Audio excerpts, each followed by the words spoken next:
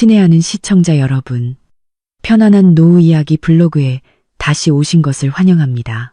제 뱃속에 그의 아이를 품고 만삭이 다 되어 출산일을 기다릴 때였습니다. 그는 중요한 지방 출장이라며 집을 나섰죠. 하지만 아내의 섬뜩한 직감은 저를 비밀리에 그를 따라가게 만들었고, 결국 저는 산부인과 병원에서 다른 갓난아기를 품에 안고 행복해하는 남편의 모습을 보고 온몸이 굳어버렸습니다. 그 순간 저는 제 인생이 완전히 새로운 페이지로 넘어가야 한다는 것을 알았습니다. 그가 없는 페이지로요. 창밖으로 떨어지는 빗줄기는 점점 더 거세지며 차가운 유리창에 길고 서늘한 물줄기를 만들었습니다. 그것은 마치 제 눈가에서 곧 터져 나올 눈물과 같았죠. 저는 식탁에 앉아 식어버린 밥을 억지로 삼키려 했지만 목구멍은 쓰라리게 막혀왔습니다. 벌써 밤 10시가 가까워 오는데도 남편 준혁은 아직 돌아오지 않았습니다.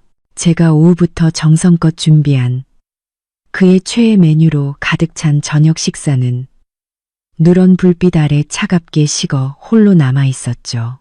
저는 살짝 불러온 배를 조심스럽게 문지르며 뱃속 아기의 작은 태동을 느꼈습니다. 이제 겨우 2주 조금 넘게 남았습니다. 우리 부부의 첫 아이가 태어날 날이요. 원래대로라면 이 시간들은 가장 행복하고 설레는 날들이어야 했고, 저녁마다 부부가 함께 배에 귀를 대고 아이의 모습을 상상하는 시간이어야 했죠. 하지만 몇 주 전부터 제 마음은 알 수 없는 불안감으로 무거웠고 모호한 거리감이 우리 보금자리에 스며들고 있었습니다. 옆방에서 들려오는 가느다란 신음소리가 제 걷잡을 수 없는 생각의 흐름을 끊었습니다. 저는 급히 밥그릇을 내려놓고 시어머니 방으로 향했습니다. 시어머니 정숙 여사님은 침대에 미동도 없이 누워 계셨습니다. 하얀 천장을 올려다보는 눈은 크게 떠 있었고 입술은 무언가 말하려는 듯 가늘게 움직였지만 명확한 소리는 나오지 않았습니다. 1년여 전 무서운 뇌졸중이 시어머니의 몸 아래쪽 감각과 움직임을 앗아갔죠. 다행히도 다른 환자들에 비하면 의식은 또렷하셨고 매우 힘들긴 했지만 더듬거리며 말을 할 수는 있었습니다. 그때부터 시어머니의 세상은 이 침대 위로, 그리고 만삭의 몸으로 시어머니 곁을 맴도는 저라는 여자에게로 축소되었습니다. 저는 시어머니를 조심스레 일으켜 앉히고 따뜻한 수프를 몇 숟가락 조심스럽게 떠먹여 드렸습니다. 어머니는 거부하지 않고 얌전하게 삼키셨습니다. 어머니의 눈은 저를 바라봤는데 그 눈빛은 제가 도저히 이해할 수 없는 것이었습니다. 감사함과 연민, 그리고 지울 수 없는 고통과 회한 같은 것이 뒤섞여 있었죠. 거동이 불편한 환자를 간병하는 일에 점점 불러오는 만삭의 배는 결코 쉬운 일이 아니었습니다. 집안의 모든 일, 식사 준비, 빨래, 그리고 시어머니의 개인위생까지 이 모든 것을 저 혼자 감당해야 했습니다. 친구들과 친척들은 모두 저에게 왜 이렇게 고생하느냐며 도우미를 고용해서라도 덜 힘들게 지내라고 말했죠. 하지만 저는 그럴 수 없었습니다. 시어머니는 준혁의 어머니이시자 저의 어머니이기도 합니다. 병에 걸리기 전 어머니는 저를 친딸처럼 아끼고 사랑해 주시던 정말 좋은 분이셨습니다. 이제 어머니가 공경에 처했는데 제가 어머니를 모른 척할 수는 없었죠. 게다가 집안 형편도 넉넉지 않았습니다. 준혁이 가장이었고 그의 월급은 생활비와 어머니의 비싼 약값을 감당하는 것만으로도 빠듯했습니다. 저는 고생하는 남편이 안쓰러워 그가 마음 편히 출장과 직장 생활을 할 수 있도록 좋은 아내, 좋은 며느리가 되기 위해 최선을 다할 뿐이었습니다. 바로 그때 현관문이 찰칵 열리는 소리가 들렸습니다. 준혁이 돌아온 것이었죠. 그는 비에 흠뻑 젖은 채 집으로 들어섰고 그의 얼굴에는 피곤함과 긴장감이 역력했습니다. 돌아왔어요? 저녁은 먹었어요? 음식 다시 데워줄게요. 저는 걱정스러운 목소리로 서둘러 나가 그의 서류 가방을 받아들었습니다. 그는 바로 대답하지 않고 고개를 저은 뒤 소파에 털썩 주저앉아 깊은 한숨을 내쉬었습니다. 너무 피곤해. 안 먹을래. 그는 손을 들어 이마를 짚었고 머리카락에서 떨어진 빗방울이 그의 잘생겼지만 수척해진 얼굴 위로 흘러내렸습니다. 저는 그에게 따뜻한 생강차를 한 잔 따라주고 옆에 앉아 그의 어깨에 부드럽게 손을 올렸습니다. 회사에 무슨 일 있어요? 왜 이렇게 긴장한 것 같아요? 새로운 프로젝트라도 생겼나요? 그는 한참 동안 침묵하며 말을 꺼낼 방법을 고민하는 듯 하더니 이내 저를 올려다보았습니다. 그의 눈빛에는 죄책감이 가득했습니다. 지수야, 나 너한테 할 말이 있어. 제 심장이 덜컥 내려앉았고 불길한 예감이 엄습했습니다. 여자, 특히 임신한 여성의 직감은 때로는 무서울 정도로 정확하니까요. 네, 말씀하세요. 회사의 부산에서 진행 중인 아주 중요한 프로젝트가 있는데 심각한 기술적인 문제가 생겼어. 사장님이 내일 아침 당장 그곳으로 가서 직접 지휘하고 해결하라고 하셨어. 이번 출장은 아마 몇 주 걸릴 것 같아. 몇 주라고요? 저는 굳어졌습니다. 곧 출산일이 다가오는데 왜 하필 이럴 때 가야 해요? 하지만 이제 곧 출산이잖아요. 2주밖에 안 남았는데 출장을 연기할 수 없어요?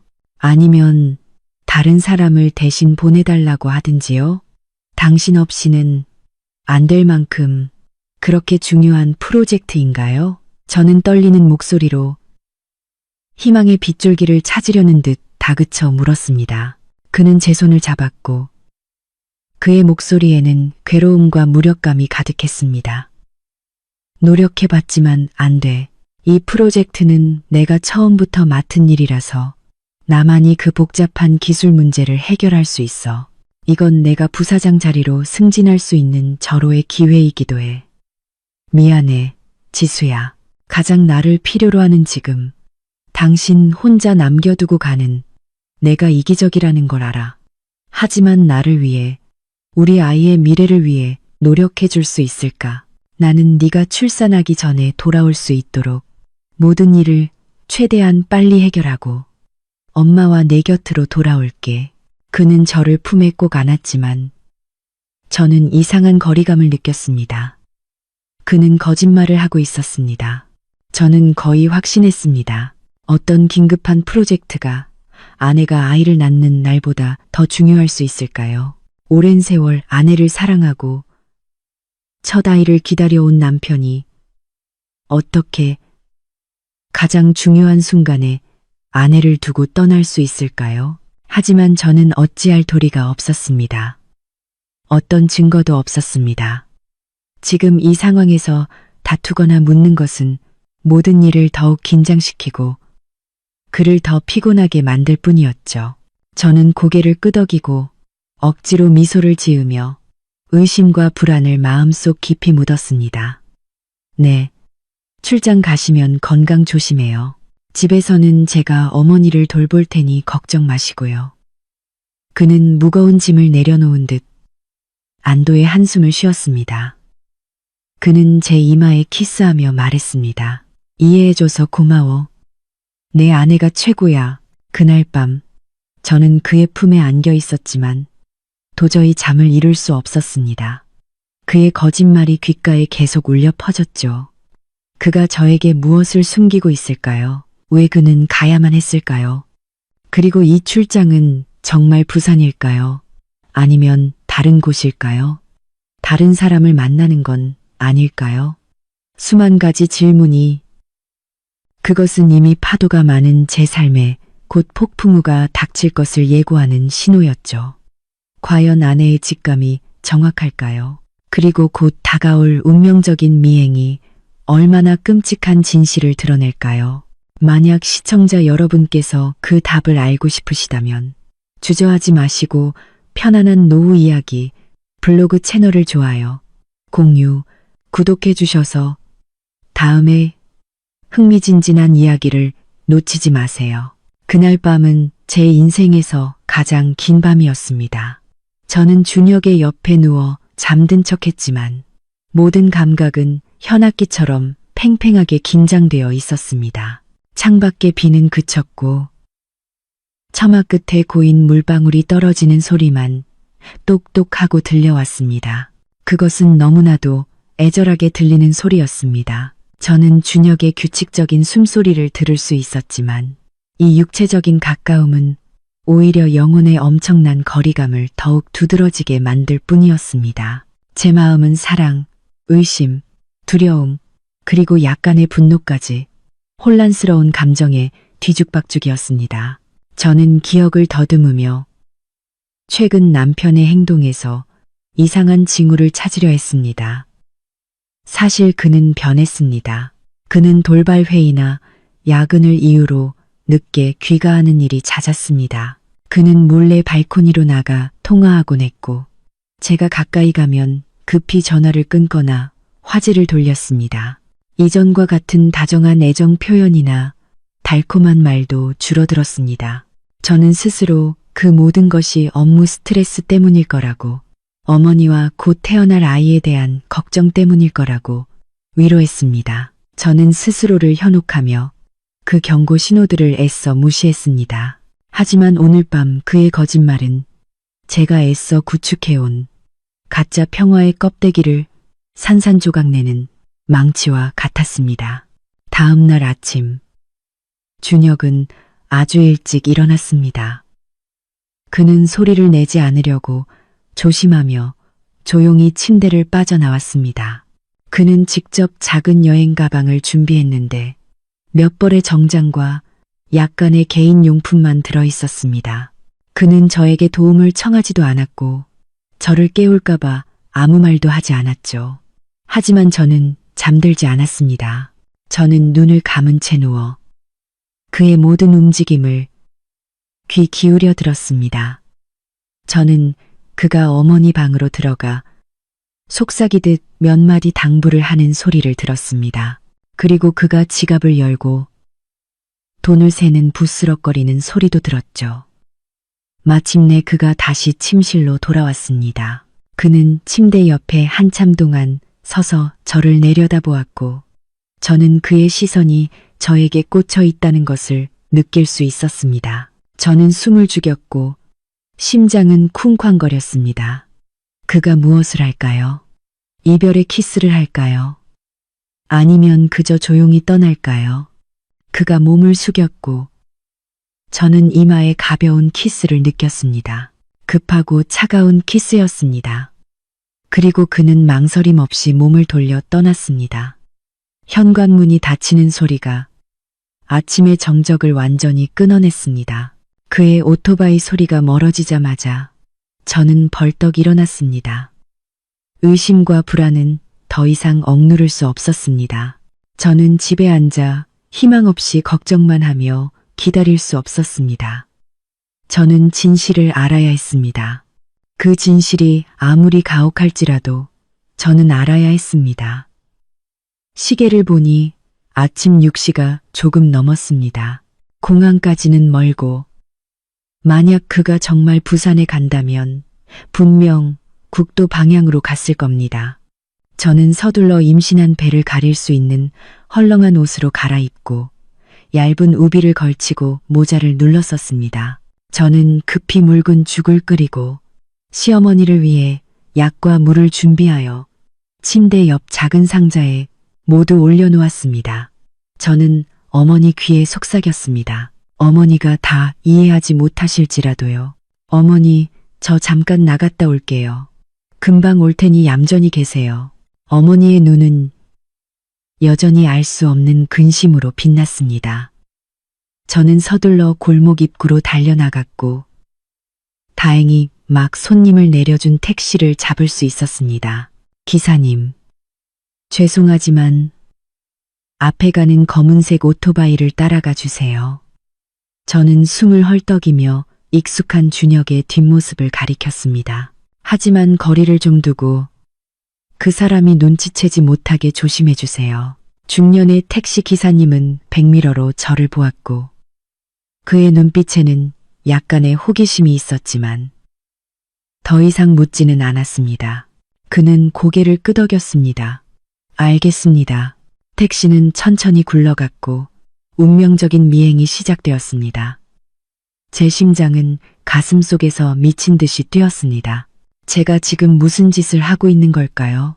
제 남편을 미행하고 있었습니다. 저는 죄책감과 두려움을 동시에 느꼈습니다. 만약 제가 틀렸다면, 만약 그가 정말 출장 중이었다면, 저는 그를 어떻게 마주해야 할까요? 하지만 그의 차가운 키스와 거짓말의 이미지가 다시 떠올랐고, 모든 망설임을 몰아냈습니다. 저는 끝까지 가야 했습니다. 준혁의 오토바이는 제가 생각했던 것처럼 공항으로 가는 국도 방향으로 가지 않았습니다. 오히려 그는 도심의 거리로 들어섰고 완전히 다른 방향으로 향했습니다. 제 마음은 점점 조여왔습니다. 그는 공항으로 가지 않았습니다. 그럼 그는 어디로 가는 걸까요? 그의 최종 목적지는 저를 완전히 얼어붙게 만들었습니다.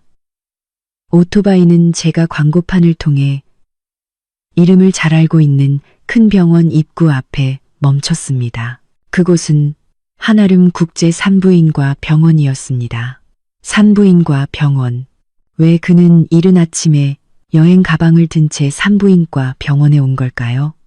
수천 개의 질문, 수천 개의 끔찍한 가설이 제 머릿속에 떠오르기 시작했습니다. 설마 다른 여자가 그의 아이를 임신한 걸까요? 안 돼. 그럴 리 없어. 저는 고개를 저으며 그 미친 생각을 떨쳐내려 했습니다. 아마도 그는 막 출산한 친구나 동료를 방문하러 온 걸 거야. 그래. 분명 그럴 거야. 저는 스스로를 안심시켰지만 제 다리는 말을 듣지 않았습니다. 다리는 떨렸고 저는 무의식적으로 택시에서 내려 그의 뒤를 따라 병원 안으로 들어갔습니다. 한아름 국제 산부인과 병원 내부는 제가 이전에 가봤던 공공병원과는 완전히 달랐습니다. 실내는 밝고 고급스러웠으며 은은한 아로마 오일 향이 맴돌았고 바닥은 먼지 하나 없이 깨끗하게 반짝였습니다.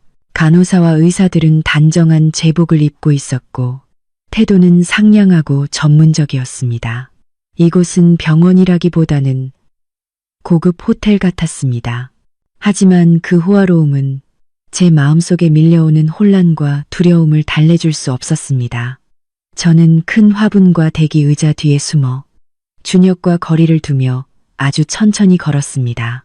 저는 그가 인포메이션 데스크로 곧장 가서 당직 간호사와 몇 마디 이야기를 나누더니 서둘러 분만실 구역 쪽으로 향하는 것을 보았습니다. 제 심장은 누군가에게 쥐어짜이는 것 같았습니다. 분만실 구역, 그곳은 산모와 가장 가까운 가족만이 들어갈 수 있는 곳이었습니다. 그가 왜 여기에 온 걸까요? 저는 발에 감각이 없는 것처럼 그를 따라갔습니다. 저는 그가 긴 복도 앞에서 멈춰서는 것을 보았습니다. 문에는 분만 대기구역이라는 글자가 쓰여 있었습니다. 그는 안으로 들어가지 않고 밖에서 왔다 갔다 하며 안절부절 못하는 긴장된 표정을 감추지 못했습니다. 가끔 그는 문에 달린 작은 유리창에 얼굴을 대고 안을 들여다보려고 애썼습니다. 그 표정, 그 불안감. 저는 그 표정을 본 적이 있습니다. 그것은 곧 아버지가 될 남자들의 표정이었습니다. 그런데 그 남자는 제 남편이고 저 안에 있는 여자는 제가 아니었습니다. 제 온몸이 차가워졌고 저는 차가운 벽에 기대서야 겨우 서 있을 수 있었습니다. 머리가 어지러웠습니다. 아니, 이건 사실이 아닐 거야. 이건 단순한 우연의 일치, 어떤 끔찍한 오해일 뿐일 거야. 저는 심호흡을 하며 합리적인 설명을 찾으려 했습니다. 아마도 그의 친한 친구의 여동생이 출산 중이고 그가 돌봐주러 부탁받은 것일지도 몰라. 그래, 그럴 수밖에 없어. 저는 큰 기둥 뒤에 몸을 숨겼고 그곳에서 그의 모든 행동을 관찰할 수 있었습니다. 시간은 무서울 정도로 느리게 흘러갔고 매초 매분이 저에게는 고문이었습니다. 저는 그가 계속 시계를 보고 가끔 휴대전화를 꺼내 만지작거리다가 다시 집어넣는 것을 보았습니다. 그는 아무에게도 전화하지 않았습니다. 그는 그저 기다리고 있었습니다. 그리고 약 1시간 후 분만실 문이 열리고 초록색 수술복을 입은 여성 간호사가 새하얀 아기 포대기를 안고 나왔습니다. 축하드립니다. 3.2kg의 건강한 아드님입니다. 산모도 아기도 모두 건강해요. 간호사의 목소리는 명랑하고 기뻤습니다. 준혁은 달려나갔고 그의 얼굴은 환한 행복으로 빛났습니다. 제가 임신 소식을 알렸을 때조차 볼 수 없었던 기쁨이었습니다. 그는 떨리는 손으로 간호사에게서 아기를 받아 안았습니다. 그는 포대기 속에서 깊은 잠에 빠진 작은 얼굴을 내려다보았습니다. 그리고 그는 울음을 터뜨렸습니다. 난생 처음 자신의 아이를 만난 아버지의 눈물이었습니다. 저는 그와 불과 몇 미터 떨어진 곳에 서 있었지만 마치 다른 세상에 있는 듯한 느낌이었습니다. 저는 모든 것을 보았습니다.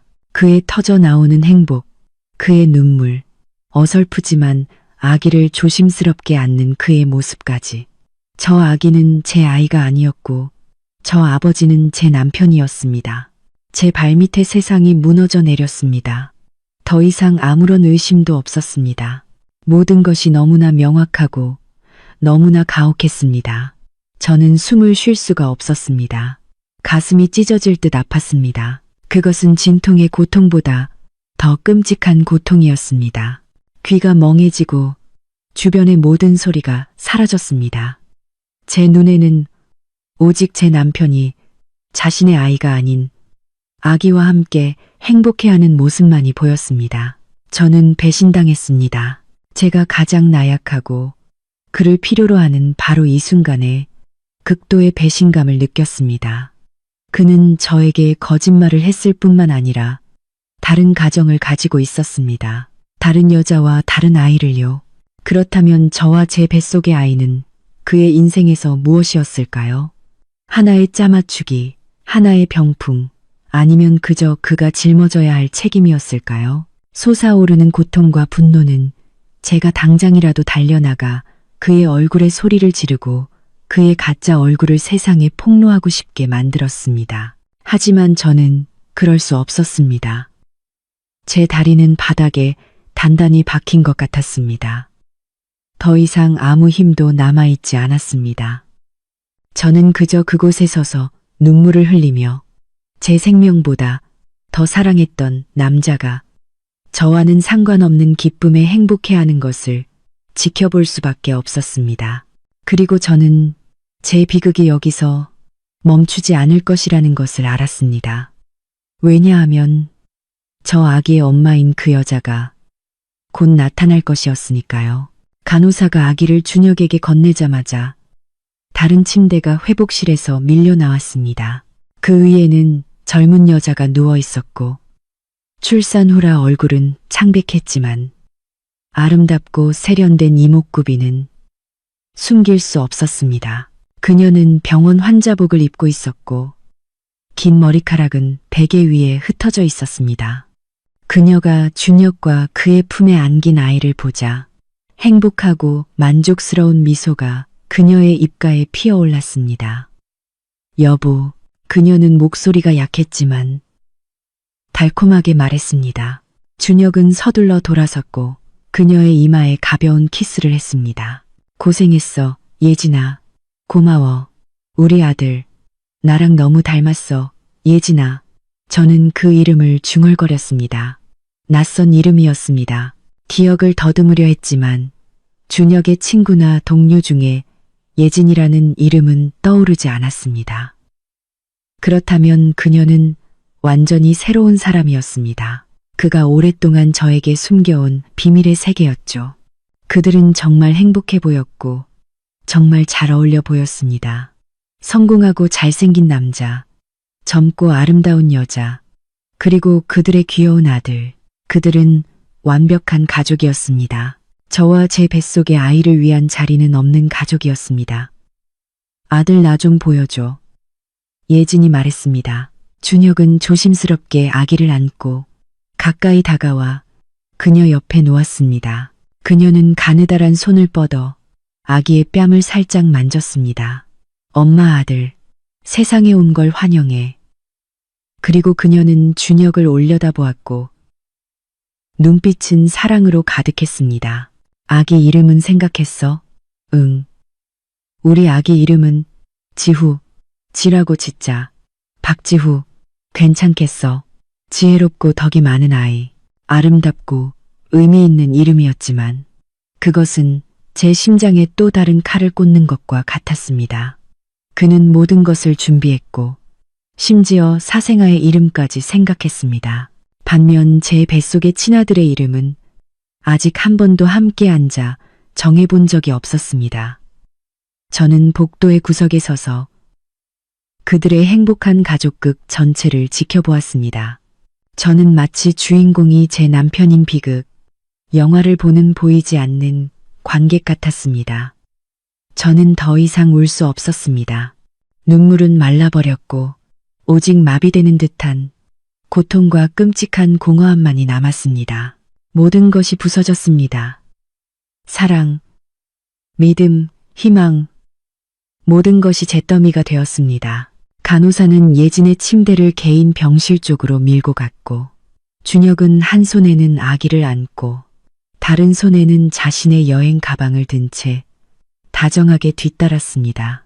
그는 자신의 등 뒤에서 한 여자가 배신감에 서서히 죽어가고 있다는 사실을 전혀 알지 못했습니다. 저는 더 이상 그들을 따라가지 않았습니다. 더 이상 어떤 것도 목격할 힘이 없었습니다. 저는 비틀거리며 돌아서서 영혼 없는 시체처럼 걸었습니다. 제가 어디로 가는지, 무엇을 하는지 알 수 없었습니다.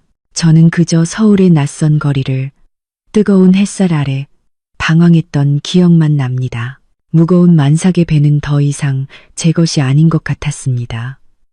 저는 피곤하지도 않았고 배고프지도 않았습니다. 저는 오직 광활한 공허함만을 느꼈습니다. 저는 누구일까요? 저는 어디에 있을까요? 제 인생은 앞으로 어떻게 될까요?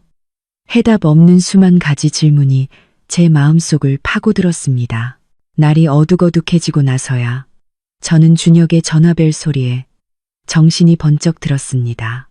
저는 그와 어떻게 마주해야 할지 몰라 떨리는 손으로 전화를 받았습니다. 여보세요. 지수야. 어디야? 여러 번 전화했는데 안 받네. 수학이 넘어 그의 목소리는 여전히 평범했고 여전히 가짜 걱정을 하고 있었습니다. 아, 미안해. 여기 프로젝트에 약간의 변동이 생겨서 며칠 더 머물러야 할 것 같아. 집은 괜찮아? 어머니는 어떠셔? 그는 여전히 거짓말을 하고 있었습니다. 그는 여전히 연기를 하고 있었습니다.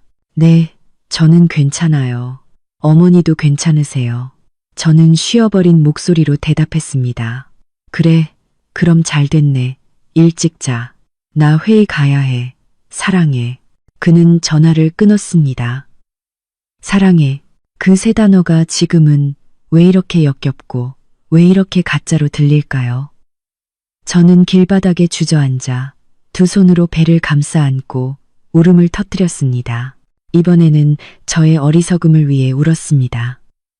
곧 태어날 아이가 온전한 아버지를 갖지 못하게 된 것을 위해 울었고 제가 어떻게 집에 돌아왔는지 모르겠습니다. 아마도 저를 보금자리로 돌아가게 한 것은 막 출산을 앞둔 엄마의 본능, 비록 그 보금자리가 이미 산산조각 났을지라도 마지막 힘을 다한 본능이었을 겁니다. 저는 문을 열고 익숙한 집으로 들어섰습니다. 모든 것은 제가 떠났을 때와 같았습니다. 조용하고 고요했지만 시어머니 방에서 새어나오는 누런 불빛만 있었습니다. 저는 비틀거리며 방으로 들어갔습니다. 정숙 여사님은 여전히 그곳에 누워 계셨고 눈은 문 쪽을 크게 뜨고 마치 저를 기다리는 듯 했습니다. 초췌하고 눈이 퉁퉁 붓고 창백한 제 모습을 보자 어머니의 얼굴에는 근심이 역력했습니다. 어머니는 입술을 희미하게 움직이며 불분명한 소리를 내셨습니다. 아가, 무슨 일이니? 저는 대답하지 않았습니다. 말할 힘도 없었고 어디서부터 시작해야 할지도 몰랐습니다. 저는 그저 고개를 젓고 우는 것보다 더 일그러진 미소를 억지로 지은 뒤 조용히 제 침실로 들어가 문을 쾅 닫았습니다. 저는 결혼 침대에 몸을 던지고 베개에 얼굴을 묻었지만 더 이상 울지 않았습니다. 고통이 너무 커서 마비되어 버린 것입니다. 저는 그렇게 누워서 어둠 속을 멍하니 바라보았습니다. 준혁이 사생활을 안고 행복해하는 모습, 그가 그 여자를 다정하게 돌보는 모습이 마치 공포 영화처럼 제 머릿속에서 반복되었습니다. 이미지 하나하나가 이미 산산조각난 제 심장에 깊이 파고드는 칼날이었습니다. 왜? 어떻게 그가 이렇게 잔인할 수 있을까요? 만약 그가 저를 더 이상 사랑하지 않았다면 왜 솔직하게 말하지 않았을까요? 왜 거짓말을 하고 왜 그렇게 완벽한 연극을 해야 했을까요? 그는 두 마리 토끼를 다 잡고 싶었던 걸까요? 늙은 어머니를 돌보고 대를 이을 아이를 낳아줄 집사람과 자신의 욕망을 충족시키고 자신이 원하는 아들을 낳아줄 애인을요. 저희는 병원에서 검사를 받았습니다. 의사는 저희가 아들을 낳을 가능성이 매우 낮다고 했었죠. 그의 이기심과 잔인함은 제 상상을 초월했습니다. 저는 그를 위해, 이 가정을 위해 모든 것을 희생했습니다. 저는 제가 사랑하던 직업을 포기했고, 친구 관계도 포기했고, 심지어 개인적인 취미 생활까지 포기했습니다. 제 세상은 오직 그와 그의 어머니 주변에서만 돌아갔습니다. 그런데 제가 받은 보상은 이것이었을까요? 그날 밤은 잠 못 이루는 밤이었습니다. 저는 그저 그곳에 누워 저 자신의 고통과 마주했습니다. 생각할수록 저는 억울했습니다. 저의 어리석음에 대한 억울함, 운명의 가혹함에 대한 억울함, 그리고 제 생명보다 더 사랑했던 남자의 위선에 대한 억울함, 그리고 밤의 정적 속에서 고통이 절정에 달했을 때 저는 더 이상 참을 수 없었습니다. 저는 울음을 터뜨렸습니다. 그것은 흐느낌이 아니라 소리를 내지 않으려고 애쓰는 목이 메인 울음이었습니다. 저는 입술을 깨물어 피가 났고 눈물은 계속 흘러 베개를 적셨습니다. 저는 그렇게 울다가 옆방 시어머니 방에서 이상한 소리를 들었습니다. 그것 또한 울음소리였습니다. 저의 울음과 똑같이 목이 메이고 약하고 고통스러운 흐느낌이었습니다. 저는 굳어졌습니다. 시어머니가 울고 계시다니요. 저는과 어머니는 병에 걸린 후로 한 번도 우는 것을 본 적이 없었습니다. 어머니는 항상 강인해 보였고 때로는 짜증을 내거나 까칠하게 굴었지만 절대 약한 모습을 드러내지 않았습니다. 왜 오늘 밤 어머니는 울고 계실까요? 저는 조용히 일어나 방을 나섰습니다. 어머니 방문은 살짝 열려 있었고 희미한 취침등 아래로 저는 가슴이 찢어지는 광경을 보았습니다. 시어머니는 그곳에 누워 계셨고 몸은 흐느낌에 따라 떨렸으며 눈가에서는 눈물이 흘러내려 움푹 팬 뺨을 타고 흘러내렸습니다. 어머니는 육체적인 고통 때문에 우는 것이 아니었습니다. 어머니는 영혼의 고통 때문에 울고 계셨습니다. 그리고 어머니는 제가 서 있는 문 쪽으로 고개를 돌렸습니다. 어둠 속에서 우리의 시선이 마주쳤습니다. 눈물 고인 어머니의 눈 속에서 저는 평소의 거리감이나 까칠함은 더 이상 찾을 수 없었습니다. 저는 오직 공감, 무한한 연민만을 보았습니다. 마치 어머니가 제가 겪고 있는 모든 고통을 이미 알고 이해하고 계신 것 같았습니다. 그 순간 저는 이 집에서 저 혼자가 아니라는 것을 깨달았습니다. 저와 똑같이 고통받고 저와 똑같이 무력한 또 다른 여자가 있었습니다. 두 여자, 두 세대, 시어머니와 며느리, 가장 사랑했던 남자에게 배신당한 같은 고통을 공유하고 있었습니다. 오늘 밤 어머니의 눈물은 뜻밖의 연결, 곧 밝혀질 끔찍한 비밀의 시작을 열어주었습니다. 그날 밤 이후 저와 시어머니의 관계에는 이상한 변화가 일어났습니다. 서먹하고 어색했던 거리가 사라지고 말없는 상호 이해가 그 자리를 대신했습니다. 저는 여전히 평소처럼 어머니를 돌보았지만 모든 몸짓과 행동 속에서 저는 어머니의 반응을 느낄 수 있었습니다. 제가 어머니께 음식을 먹여드릴 때 어머니는 더 이상 짜증을 내거나 고개를 돌리지 않고 얌전하게 다 드셨습니다. 제가 어머니의 팔다리를 주물러 드릴 때 어머니는 눈을 살짝 감고 편안해하는 표정을 지으셨고 특히 저를 바라보는 어머니의 눈빛은 완전히 달라졌습니다. 차갑고 멀게 느껴지던 시선이 연민, 안쓰러움, 그리고 말없는 격려로 가득 차 있었습니다. 마치 어머니가 저에게 아가야, 내가 이해한다. 힘내라라고 말씀하시는 것 같았습니다.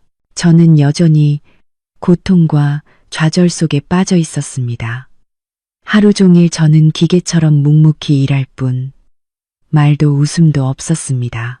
준혁과 그의 새 가족의 이미지는 저를 계속 괴롭혔고 저는 제대로 먹지도 자지도 못했습니다. 저는 눈에 띄게 수척해졌고 뱃속의 아기도 엄마의 슬픔을 감지하는 듯했습니다.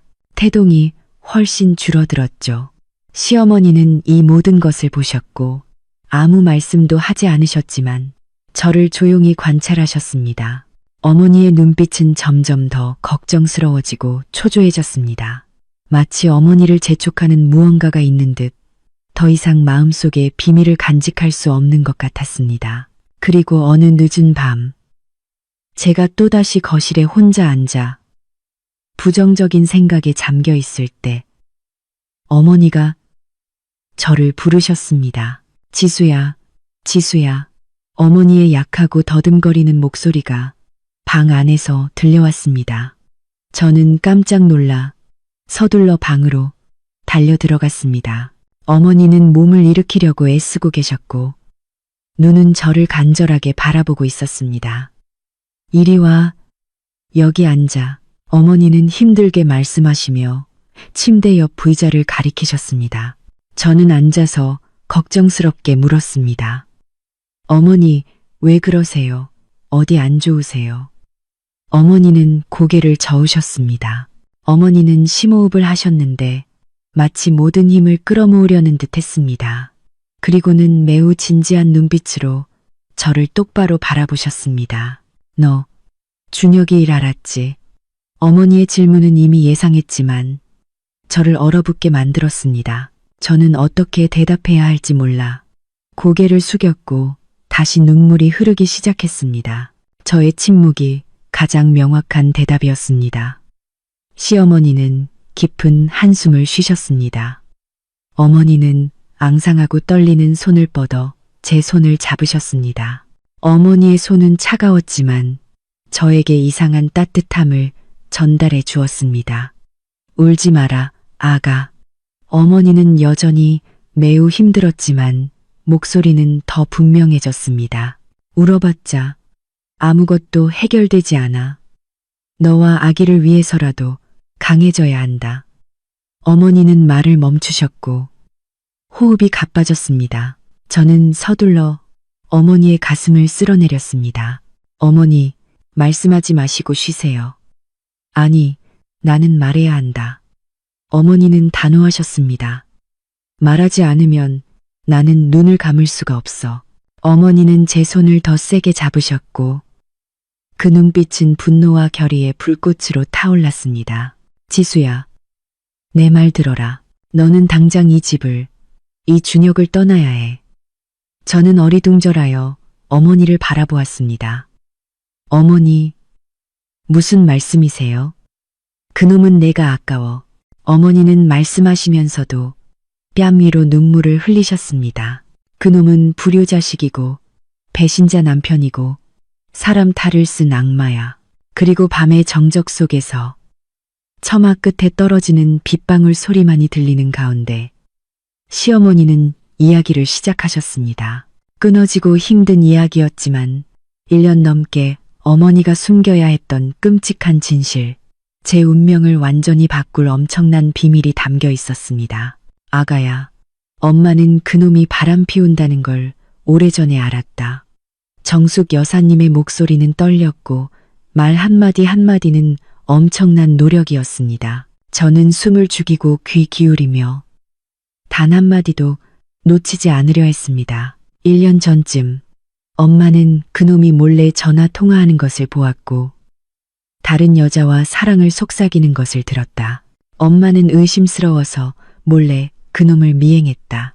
어머니는 마치 그 고통스러웠던 나날을 다시 사는 것처럼 먼 곳을 바라보며 말씀하셨습니다. 어머니는 사람을 고용해서 미행하게 했고 곧 모든 것을 알아냈습니다. 준혁은 외도를 했을 뿐만 아니라 아버지 민호가 평생 고생해서 모은 가족의 비상금까지 몰래 빼돌려 애인에게 생활비를 대주고 그녀에게 집과 차를 사주는데 썼습니다. 엄마는 죽은 듯 했다. 아가야, 엄마는 내가 그토록 사랑하고 자랑스러워했던 내 아들이 어떻게 그런 비열한 짓을 저지를 수 있는지 믿을 수 없었다. 엄마는 그놈을 불러서 삼자대면했다. 엄마는 그에게 2가지 선택을 주었지. 하나는 그 여자와 당장 관계를 정리하는 것. 둘째는 엄마가 그놈을 의절하고 모든 것을 되찾아오는 것이었다. 어머니는 말을 멈추셨고 심한 기침 발작에 일어나 힘겹게 숨을 몰아쉬었습니다. 저는 서둘러 따뜻한 물을 따라드리고 어머니가 조금씩 마실 수 있도록 도와드렸습니다. 그놈은 무릎을 꿇고 엄마에게 빌었다. 어머니는 쓰디쓴 목소리로 계속하셨습니다. 울고불고 약속했지, 변하겠다고. 그저 한순간의 실수였다고. 엄마는 그놈을 믿었다. 아가야, 엄마는 마음이 약해졌다. 나는 너를 생각했고 곧 태어날 손주를 생각했다. 나는 이 가정이 파탄 나는 것을 원치 않았지만 엄마는 잘못 생각했다. 준혁은 전혀 변하지 않았습니다. 그는 더욱 교묘하게 연기할 뿐이었습니다. 그는 여전히 애인과 몰래 만났고 심지어 그녀는 임신까지 했습니다. 어머니는 분노에 찬 목소리로 그 사실을 알았을 때 더 이상 용서할 수 없었다고 하셨습니다. 엄마는 그놈에게 너에게 모든 진실을 말하겠다고 했다. 엄마는 새로운 유언장을 작성해서 그놈의 상속권을 박탈하겠다고 했다. 이 집안의 모든 재산을 너와 내 손주에게 남기겠다고. 그리고 그것이 비극을 초래한 원인이었단다. 그날 그놈과 그 여자까지 집에 찾아왔다. 어머니는 두려움에 온몸을 떨며 말씀하셨습니다. 그들은 엄마에게 애원했지만 엄마는 거절했다. 그러자 그들이 협박하기 시작했다. 그 준혁은 더 이상 내 아들이 아니었다. 그놈은 엄마가 자기에게 돈을 주지 않고 감히 너에게 이 사실을 말한다면 가만두지 않겠다고 했다. 어머니는 다시 눈물을 흘리셨습니다. 엄마와 그놈은 크게 다렸다. 그 여자애가 달려들어 엄마를 밀쳤다. 엄마는 넘어져서 머리를 탁자 모서리에 세게 부딪혔다. 엄마는 그때까지만 기억난다. 정신을 차렸을 때 병원에 누워 있었고 말도 움직일 수도 없었다. 그리고 준혁이는 차갑고 낯선 눈빛으로 엄마를 바라보고 있었다. 그놈은 가짜 현장을 만들어서 모두에게 엄마가 갑자기 뇌졸중을 앓았다고 말했다. 그놈은 엄마의 입을 막은 것이다. 아가야, 그놈은 자신의 죄를 숨기기 위해 엄마를 불구로 만들었다. 저는 그곳에 얼어붙은 채 앉아 있었습니다. 온몸이 차가워졌습니다. 제가 방금 들은 것을 믿을 수 없었습니다. 누구의 상상도 초월하는 끔찍한 이야기였습니다. 제가 효심 깊고 어머니를 사랑한다고 생각했던 남편이 돈과 애인 때문에 자신의 어머니를 잔인하게 해친 장본인이었습니다. 그는 단순한 배신자가 아니었습니다. 그는 악마였습니다. 미안하다. 지수야. 정숙 여사님은 흐느껴 우셨습니다. 너를 더 일찍 지켜주지 못해서 미안하다. 내가 너무 나약했고 그놈을 너무 믿었다. 저는 이 불쌍한 시어머니를 껴안았습니다. 이제 저는 어머니의 눈빛을, 어머니의 눈물을 이해할 수 있었습니다. 어머니는 저뿐만 아니라 자신의 비극적인 운명에 대해서도 울고 계셨습니다. 우리 두 여자, 한 남자에게 기만당하고 해를 입은 두 여자가 함께였습니다. 하지만 잿더미 속에서 한 줄기 희망의 빛이 번쩍였습니다. 바로 어머니가 저를 위해 몰래 준비해 두었던 생존의 길이었습니다. 1년 넘게 마음을 짓눌러왔던 끔찍한 비밀을 털어놓고 난 후 정숙 여사님은 완전히 지쳐 보였습니다. 어머니는 잠이 드셨지만 얼굴에는 더 이상 긴장감이나 고뇌가 없었고 대신 희귀한 평온함이 있었습니다. 저는 어머니 곁에 앉아 증오, 고통, 혐오, 그리고 불행한 시어머니에 대한 무한한 연민 등 복잡한 감정에 휩싸였습니다. 제가 짊어지고 있던 짐은 어머니가 홀로 감당해야 했던 것에 비하면 아무것도 아니었습니다. 어머니는 육체적인 고통뿐만 아니라 유일한 아들이 악마로 변하는 것을 무력하게 지켜봐야 했고 바로 자신의 집에서 숨어서 두려움 속에 살아야 하는 정신적인 고문까지 당하고 계셨습니다. 저는 모든 것을 이해했습니다. 왜 준혁이 항상 효자 행세를 했는지, 왜 항상 어머니를 직접 돌봤는지 말입니다. 그것은 사랑이 아니라 통제였습니다.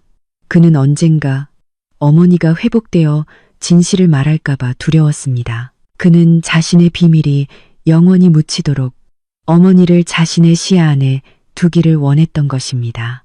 그리고 저는 그의 연극을 위한 가장 완벽한 병풍이었습니다. 착하고 헌신적인 아내는 남편을 의심하지 않을 것이고 그의 어머니에게 가장 좋은 무료 간병인이 될 것입니다. 그의 계획은 완벽했고 잔혹했습니다. 그는 가장 사랑하는 사람들을 자신의 이기심과 끝없는 탐욕을 위한 도구로 만들었던 것입니다. 제 안에서 분노가 폭발했습니다. 제 인생에서 한 번도 느껴보지 못한 분노였습니다. 저는 그가 계속 법망을 피하고 자신의 연극을 계속하도록 내버려 둘 수 없었습니다. 저는 무언가를 해야 했습니다. 저뿐만 아니라 시어머니를 위해서라도 정의를 되찾아야 했습니다. 하지만 제가 무엇을 할 수 있을까요? 시어머니 같은 환자의 말을 누가 믿어줄까요?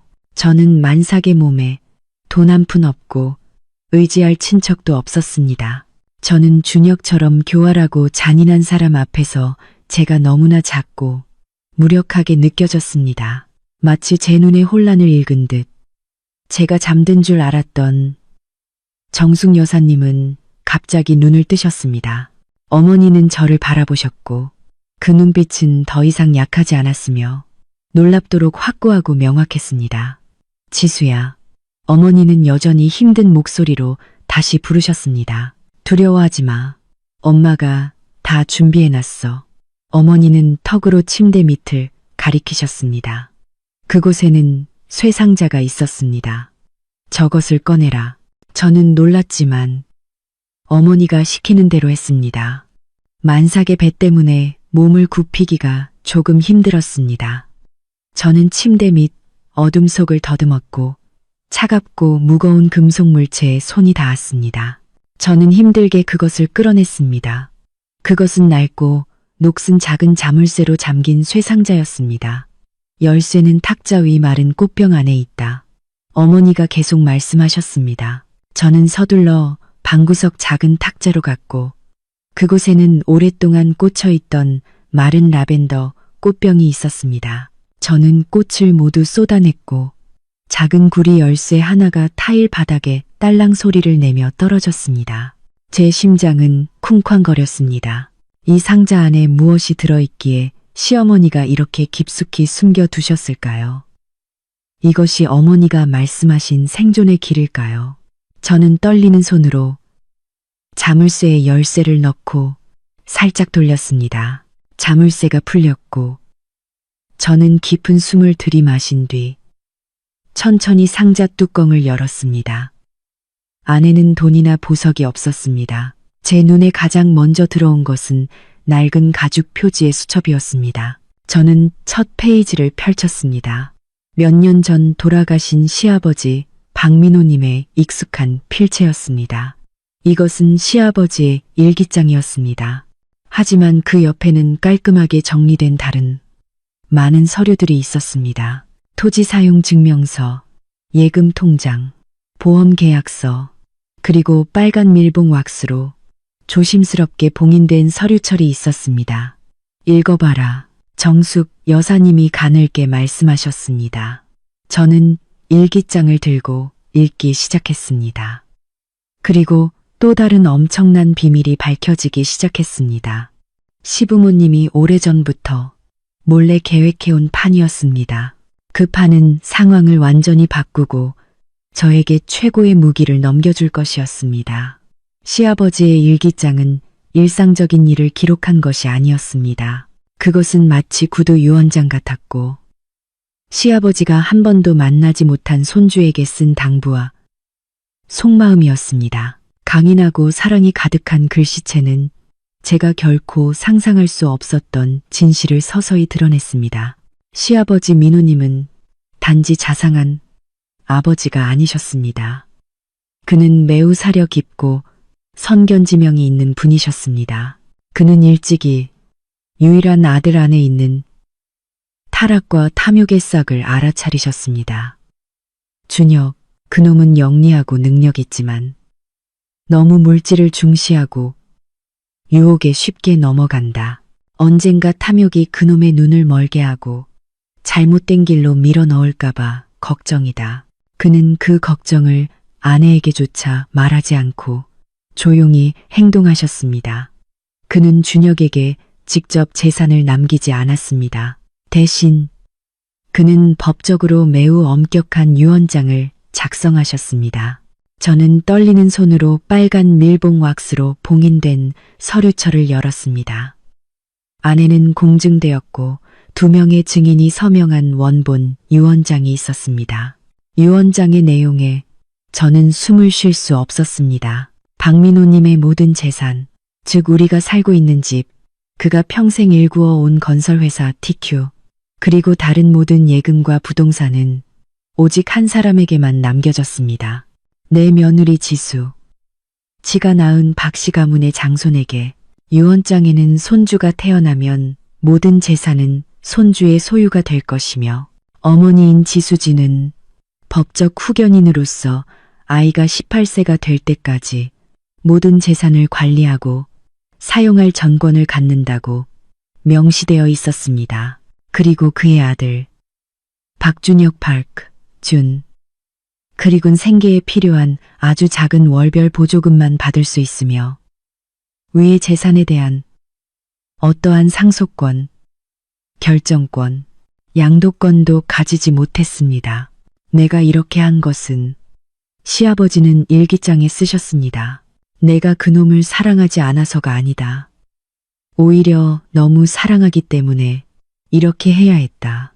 나는 그놈이 자신의 2발로 서서 스스로 사업을 일으키기를 바랐지. 부모의 재산에 의존해서 살기를 바라지 않았다. 나는 또한 내 며느리와 손주를 보호하여 그들이 결코 고통받지 않도록 하고 싶었다.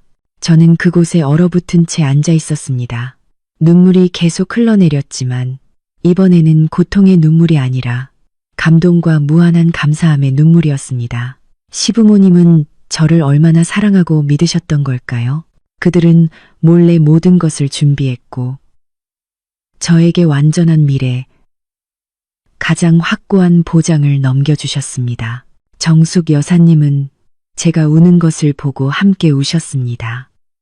우리 영감탱이가 너를 많이 아꼈단다, 지수야. 어머니는 힘겹게 말씀하셨습니다. 그는 항상 네가 이 집안의 복이라고 말했지. 그는 이 모든 재산을 너와 손주에게 맡겼는데 준혁이가 이걸 알고 있었단다. 네, 저는 놀랐습니다. 시아버지 돌아가신 후에 그놈이 유언장 사본을 찾아냈지. 그놈은 격분했다. 부모님이 자기에게 불공평하다고 생각했지. 그놈은 이 사실을 너에게 숨기고 돈을 빼돌릴 수 있도록 가장으로서 경제권을 쥐고 있는 것처럼 행세했다. 그놈은 네가 아이를 낳는 순간 모든 것을 잃게 된다는 것을 알았다. 어머니는 주저하며 말을 잇지 못하셨습니다. 하지만 저는 깨달았습니다. 그래서 그가 밖에서 다른 아이를 원했던 거군요. 저는 속삭였습니다. 그가 통제할 수 있는 아이, 그의 상속권을 빼앗지 않을 아이. 모든 것이 명확해졌습니다. 준혁의 배신은 단순한 욕망 때문이 아니라 원래 자신의 것이 아닌 재산을 가로채기 위한 사악하고 간교한 계산이었습니다. 조심해야 한다. 정숙 여사님은 걱정스러운 목소리로 말씀하셨습니다. 그놈과 그 여자는 어떤 수단도 가리지 않을 거야. 너는 최 변호사님을 찾아가야 한다. 그분은 네 아버지의 절친한 친구였고 유언장의 증인이셔. 그분만이 너와 손주를 도와줄 수 있다. 어머니는 상자 속에 넣어둔 낡은 명함 하나를 저에게 가리키셨습니다. 최 변호사, 처이, 비연호사. 낯선 이름이었지만 이제 저의 유일한 희망이었습니다. 저는 모든 서류를 조심스럽게 쇠상자에 다시 넣었습니다. 시어머니를 바라보고 다시 제 뱃속의 아기를 내려다보았습니다. 제 안에서 강한 불꽃이 타올랐습니다. 더 이상 두려움도 나약함도 없었습니다. 고통은 힘이 되었습니다. 저는 저 자신뿐만 아니라 시부모님의 유산을 지키기 위해서 그들의 당부를 이행하고 저와 제 아이 그리고 정숙 여사님이 겪어야 했던 모든 것에 대한 정의를 되찾기 위해 살아야 했습니다. 다음 날 저는 완전히 다른 사람으로 일어났습니다. 전날 밤의 나약함과 비참함은 완전히 사라지고 대신 차분하고 냉정한 결단력이 그 자리를 대신했습니다. 저는 더 이상 순응하고 눈물만 흘리는 아내 지수가 아니었습니다. 저는 위탁받은 사람, 정의를 쥐고 한 가족의 미래를 책임진 사람이었습니다. 저는 시간이 많지 않다는 것을 알았습니다. 준혁은 언제든 돌아올 수 있었고 저는 그가 무언가를 알아차리기 전에 행동해야 했습니다. 제가 가장 먼저 한 일은 시어머니를 극진히 돌보는 것이었습니다. 저는 어머니의 개인 위생을 돕고 깨끗한 옷으로 갈아입혀 드린 후 영양죽을 끓여드렸습니다. 우리 둘만 있을 때 저는 어머니 귀에 제 계획을 속삭였습니다. 어머니, 오늘 제가 어머니를 더 안전한 곳으로 모실 거예요. 저 믿으시죠?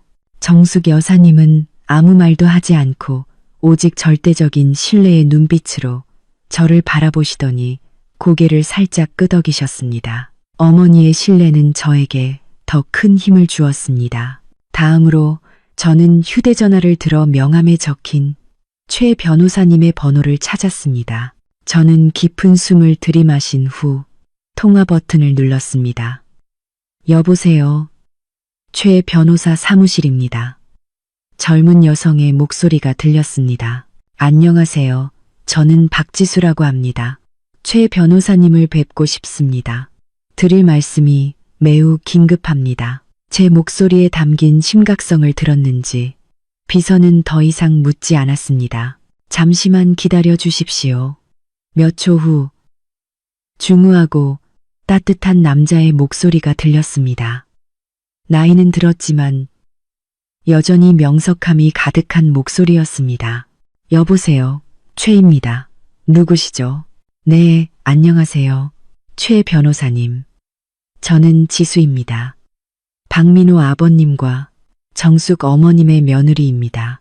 수화기 너머는 잠시 동안 침묵하더니 그의 목소리는 매우 놀라움으로 가득 찼습니다. 지수? 정말 자네가 지수인가? 지수? 나한테 무슨 일로 연락했나? 정숙 여사는 건강하신가? 네, 변호사님. 그것이 제가 전화드린 이유입니다. 저희 어머니와 저 모두 위험에 처해 있습니다. 변호사님의 도움이 필요합니다. 그리고 저는 준혁의 배신, 그와 그의 애인의 음모, 시어머니 뇌졸중의 끔찍한 진실, 그리고 숨겨진 유언장에 이르기까지 모든 이야기를 처음부터 끝까지 논리정연하게 흐느낌이나 한탄 없이 말했습니다. 이야기를 할수록 저는 더 강해지는 것을 느꼈습니다. 수화기 너머의 최 변호사님은 묵묵히 들었고 저는 그의 숨소리를 통해 그의 분노가 커지고 있음을 감지할 수 있었습니다. 제가 이야기를 마쳤을 때 그는 단호하고 확신에 찬 한 문장만을 말했습니다. 자네, 지금 어디에 있나? 집에 조용히 있어. 문을 걸어 잠그고 내가 지금 당장 가겠네. 1시간도 채 되지 않아 고급 승용차 한 대가 우리 집 문 앞에 섰습니다. 최 변호사님이 차에서 내리셨습니다. 그는 60세쯤 되어 보였고 머리는 희끗했지만 자세는 곧았으며 돋보기 안경 너머의 눈은 매우 예리하고 날카로웠습니다. 그는 정장을 입었지만 태도는 매우 전문적인 2명의 건장한 청년과 동행했습니다. 지수양, 안녕하세요. 그는 걱정과 안쓰러움이 가득한 목소리로 말했습니다. 내가 더 일찍 자네를 찾아왔어야 했는데 민호가 죽기 전에 자네 모자에게 신경 쓰라고 부탁했는데 내가 너무 안일했네. 오랜 친구에게 정말 미안하네. 아닙니다. 변호사님 잘못이 아닙니다. 제가 대답했습니다. 이제 저희는 어떻게 해야 하나요? 최 변호사님은 바로 대답하지 않으셨습니다. 그는 집 안으로 들어와 시어머니 침대 옆으로 갔습니다. 그는 어머니의 손을 잡고 목이 메인 목소리로 말했습니다. 정숙 여사, 접니다. 최입니다. 고생 많으셨습니다. 정숙 여사님은 남편의 오랜 친구를 보자 눈에 눈물이 고였습니다. 최 변호사님은 저를 돌아보았고 그의 눈빛은 매우 확고해졌습니다. 지수양, 이제 모든 것을 나에게 맡기세요. 우리가 가장 먼저 해야 할 일은 자네와 정숙 여사의 안전을 확보하는 것입니다. 둘째, 준혁이 손 쓸 틈도 없이 빠르게 행동해야 합니다. 그는 저에게 서류 뭉치를 건네주었습니다. 이것은 위임장입니다. 여기에 서명하세요. 내가 자네를 대신하여 필요한 모든 법적 절차를 진행하겠습니다. 이 유언장으로 자네는 모든 재산을 처분할 전권이 있습니다.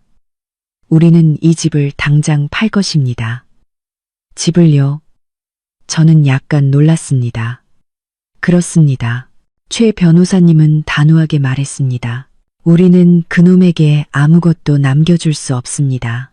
이 집이 팔리면 그는 더 이상 기댈 곳이 없을 겁니다. 집을 판 모든 금액과 다른 예금 계좌의 돈은 내가 자네 명의의 안전한 계좌로 옮길 것입니다. 그는 두 청년에게로 몸을 돌렸습니다.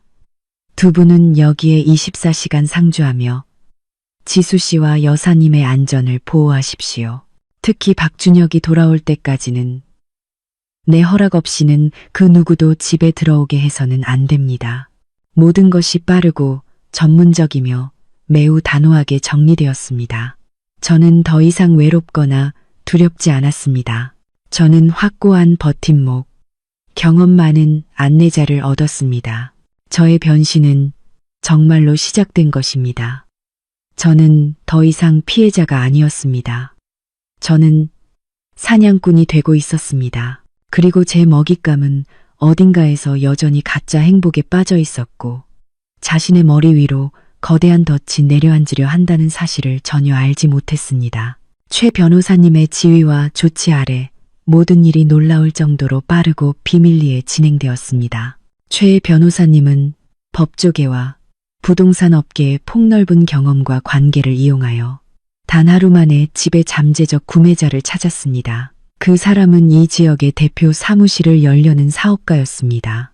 모든 매매 및 명의 변경 절차는 제가 가진 위임장과 합법적인 유언장에 따라 순식간에 법적 절차대로 진행되었습니다. 단 사흘 만에 준혁이 자신의 가장 큰 재산이라고 생각했던 그 집은 더 이상 그의 것이 아니었습니다. 집을 판 엄청난 금액과 시부모님의 모든 예금은 제 명의의 완전히 안전한 새 은행 계좌로 이체되었습니다. 그 사흘 동안 저는 긴장되면서도 약간의 흥분을 느끼는 상태로 살았습니다. 저는 여전히 시어머니를 돌보고 식사를 준비했지만 제 마음가짐은 완전히 달랐습니다. 저는 더 이상 남편이 돌아오기를 기다리는 순종적인 아내가 아니었습니다. 저는 전쟁을 준비하고 있었고 제가 확실히 이길 전쟁이었습니다. 최 변호사님이 보내주신 2명의 경호원은 항상 문 밖을 지켰고 저에게 완전한 안정감을 주었습니다. 그들은 제 삶에 간섭하지 않고 묵묵히 자신의 임무를 수행했습니다. 그들의 존재는 제가 더 이상 혼자가 아니며 저를 지켜주는 사람이 있다는 것을 상기시켜 주었습니다. 계획의 다음 단계이자 제가 가장 주저했던 단계는 시어머니의 거처를 마련하는 것이었습니다. 최소한 이 격변의 초기 단계에서는 어머니를 저와 함께 모실 수 없었습니다. 저는 어머니에게 안전하고 조용하며 최고의 의료시설을 갖춘 곳이 필요했습니다. 저는 최 변호사님과 신중하게 논의했고 그는 저에게 처음에는 망설였지만 깊이 생각한 후 최고의 선택임을 알게 된 해결책을 제안했습니다. 그것은 어머니를 고급 요양원으로 모시는 것이었습니다. 요양원, 그 두 단어는 차갑고 불효처럼 들렸습니다. 하지만 최 변호사님은 저에게 설명해 주셨습니다. 지수양, 이곳은 일반 요양원이 아닙니다. 24시간 의사와 물리치료 전문가가 상주하는 노인들을 위한 종합 건강관리센터입니다. 그곳의 시설은 병원보다도 좋습니다. 정숙 여사님은 그곳에서 의료적인 돌봄뿐만 아니라 기능 회복의 기회도 가질 수 있습니다. 자네가 만삭의 몸으로 곧 격렬한 법적 싸움에 직면해야 할 이 시기에 여사님을 자네 곁에 두는 것은 두 분 모두에게 더 힘들고 위험할 뿐입니다. 그의 말이 맞았습니다. 저는 어머니께 최고의 돌봄을 보장해 드릴 수 없으면서 이기적으로 어머니를 제 옆에 둘 수 없었습니다. 게다가 어머니를 준혁으로부터 안전하게 분리된 곳에 모시는 것이 어머니를 보호하는 방법이기도 했습니다. 저는 직접 그 센터를 방문했습니다. 그곳은 조용하고 공기가 맑은 교외 지역에 위치해 있었고 시설은 5성급 리조트와 다름없이 현대적이었습니다. 저는 의사와 전문가들을 만났고 그들은 정숙 여사님에게 가장 특별한 돌봄을 제공할 것을 약속했습니다. 비용은 엄청났지만 제가 가진 돈으로는 더 이상 문제가 되지 않았습니다.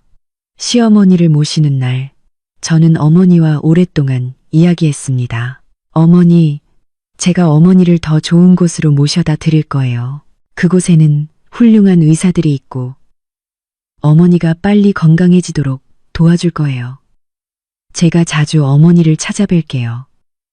모든 일이 잘 해결되면 제가 어머니와 제 손주와 함께 모시고 살 거예요. 정숙 여사님은 아무 말씀 없이 제 손을 꼭 잡으셨고 눈물을 흘리셨습니다. 저는 어머니가 이해하고 계시다는 것을 알았습니다. 이 선택이 아무리 마음 아플지라도요. 고급 구급차가 어머니를 모시고 떠났습니다. 저는 차가 완전히 시야에서 사라질 때까지 그곳에 서서 지켜보았습니다. 마음은 무거웠지만 동시에 매우 평온했습니다. 저는 옳은 일을 했습니다. 저는 어머니의 안전을 보장했고 또한 마지막 속박으로부터 저 자신을 해방시켰습니다. 이제 집은 완전히 비었습니다. 제 짐은 여행 가방 하나에 불과했습니다. 저는 10년간의 좋았던 기억과 슬펐던 기억이 가득한 집을 마지막으로 둘러보았습니다. 하지만 더 이상 미련은 없었습니다. 이곳은 저에게 죽은 곳과 같았습니다. 저는 종이 한 장을 꺼내 짧은 글을 쓴 뒤 이미 서명된 이혼 신청서와 함께 식탁 위에 놓았습니다. 제가 수많은 밤을 헛되이 남편을 기다리던 바로 그 식탁 위에요. 그리고 저는 여행 가방을 끌고 집을 나섰습니다. 뒤돌아보지 않고 밖에는 이미 차가 저를 기다리고 있었습니다. 최 변호사님은 저에게 안전하고 비밀스러운 고급 서비스 아파트를 마련해 주셨습니다. 저는 그곳에서 출산일을 기다릴 것이고 배신자의 분노가 닥쳐올 날을 기다릴 것입니다. 모든 일을 처리하고 저에게 전적인 믿음을 보여준 불쌍한 시어머니가 가장 헌신적인 의사와 간호사들에게 안전하게 돌봄을 받고 있다는 확신이 들자 저는 예전의 세상, 박준혁의 세상과의 모든 연락을 완전히 끊었습니다. 저는 전화번호를 바꾸고 모든 소셜미디어 계정을 삭제하고 최 변호사님이 마련해준 고급 서비스 아파트에서 완전히 은둔 생활을 했습니다. 이곳은 24시간 삼엄하게 보호되었고 관계자 외에는 아무도 들어올 수 없었습니다. 10년이라는 길고 긴 시간 동안 타인의 그늘 속에서 판단과 무시 속에서 살아왔던 제가 처음으로 저 자신을 위해 살게 되었습니다. 진정한 자유의 공기를 마시게 된 것입니다. 저는 더 이상 저를 소중히 여기지 않는 가족을 위해 일찍 일어나 식사를 준비할 필요가 없었고 외로움과 피로 속에서 환자를 돌보느라 분주할 필요도 없었습니다. 그리고 가장 중요하게 누구의 눈치도 보지 않고 살 수 있었습니다. 저는 놓쳤던 책을 읽고 제가 좋아했던 클래식 음악을 들으며 건물 옥상의 푸르른 정원을 거닐었습니다. 서울의 모습을 위에서 내려다보면서요. 저는 곧 태어날 아이를 맞이할 필수 용품들을 준비했고 서투른 바느질이었지만 엄마의 모든 사랑이 담긴 작은 털실 옷과 귀여운 모자를 직접 짰습니다. 제 마음은 점차 안정을 되찾았습니다. 배신감의 고통은 여전히 남아 영원히 아물지 않을 흉터처럼 은은하게 타올랐습니다. 하지만 그것은 더 이상 저를 쓰러뜨릴 수 없었습니다. 대신 이상한 평온함과 새로운 미래에 대한 강렬한 희망이 있었습니다. 오직 저와 아이만을 위한 미래, 제가 직접 만들고 보호할 미래였습니다. 저는 더 이상 밤에 울지 않았고 무력감을 느끼지 않았습니다. 대신 뱃속에서 아기의 작은 태동을 느낄 때마다 미소를 지었고 아이에게 속삭였습니다. 우리 둘은 분명 강해질 것이고 분명 행복할 것이라고요. 그동안 어딘가에서 준혁은 아마도 그 여자 옆에서 가짜 행복에 빠져 있었을 겁니다. 그는 여전히 애인과 갓 태어난 사생아를 다정하게 돌보고 있었을 것이고 가끔은 일 때문에 집을 떠나 있는 남편 역할을 충실히 연기하며 저에게 거짓말을 전화로 속삭였을 것입니다. 그는 자신이 자신의 것이라고 생각했던 세상, 저의 희생과 가족의 재산 위에 세워진 세상이 완전히 무너졌다는 사실을 전혀 알지 못한 채 말입니다. 저는 더 이상 그가 돌아올 날을 기다리지 않았습니다. 저는 그저 기다리고 있었습니다. 그가 자신의 이기심과 잔인함이 초래한 진실과 결과에 직면할 날을요. 그것은 긴장이나 불안이 아닌 이미 판이 끝났음을 아는 사람의 평온함이었습니다. 그리고 그날은 제가 생각했던 것보다 더 빨리 찾아왔습니다. 제가 떠난 지 약 일주일 후 최 변호사님은 준혁이 돌아왔다고 저에게 알려주었습니다. 아마도 며칠 동안 저와 연락이 닿지 않고 평소와 같은 안부 전화도 받지 못하자 그는 불길한 예감을 느꼈을 것입니다. 그는 거짓말했던 부산이 아닌 그가 저를 버리고 다른 기쁨을 맞이했던 한아름 산부인과 병원에서 돌아왔습니다. 그는 자신이 견고한 보금자리이자 성공과 지위의 상징이라고 생각했던 그 저택으로 돌아왔습니다. 그리고 그에게 충격적인 첫 번째 일격, 그가 겪을 비극의 시작을 알리는 가장 어안이 벙벙한 일격이 가해졌습니다. 그는 익숙한 철문 앞에 섰지만 자물쇠는 바뀌어 있었습니다. 그가 자랑스럽게 멀리서 눌러 문이 자동으로 열리곤 했던 전자키는 이제 쓸모없는 플라스틱 조각이 되어 있었습니다. 그는 벨을 계속해서 눌렀지만 대답은 저택의 으스스한 침묵뿐이었습니다. 개 짖는 소리도 불빛도 없었습니다. 저에게 전화했지만 절망적인 뚜 소리만 들려왔습니다. 무언가 잘못되었다는 느낌, 불안감이 그를 덮쳤습니다. 그는 감독이라는 직함의 남자가 결코 하지 않았을 행동, 높은 담장을 기어 넘었습니다. 그의 명품 옷은 철조망에 걸려 크게 찢어졌습니다. 그는 잔디밭에 떨어져 비틀거리며 집 안으로 들어갔습니다. 그리고 그는 얼어붙었습니다. 집은 완전히 비어 있었습니다. 사람도 가구도 없었습니다. 큰 스크린 TV, 이탈리아에서 수입한 소파 세트, 그가 친구들에게 자랑하던 피아노까지 모든 것이 사라졌습니다.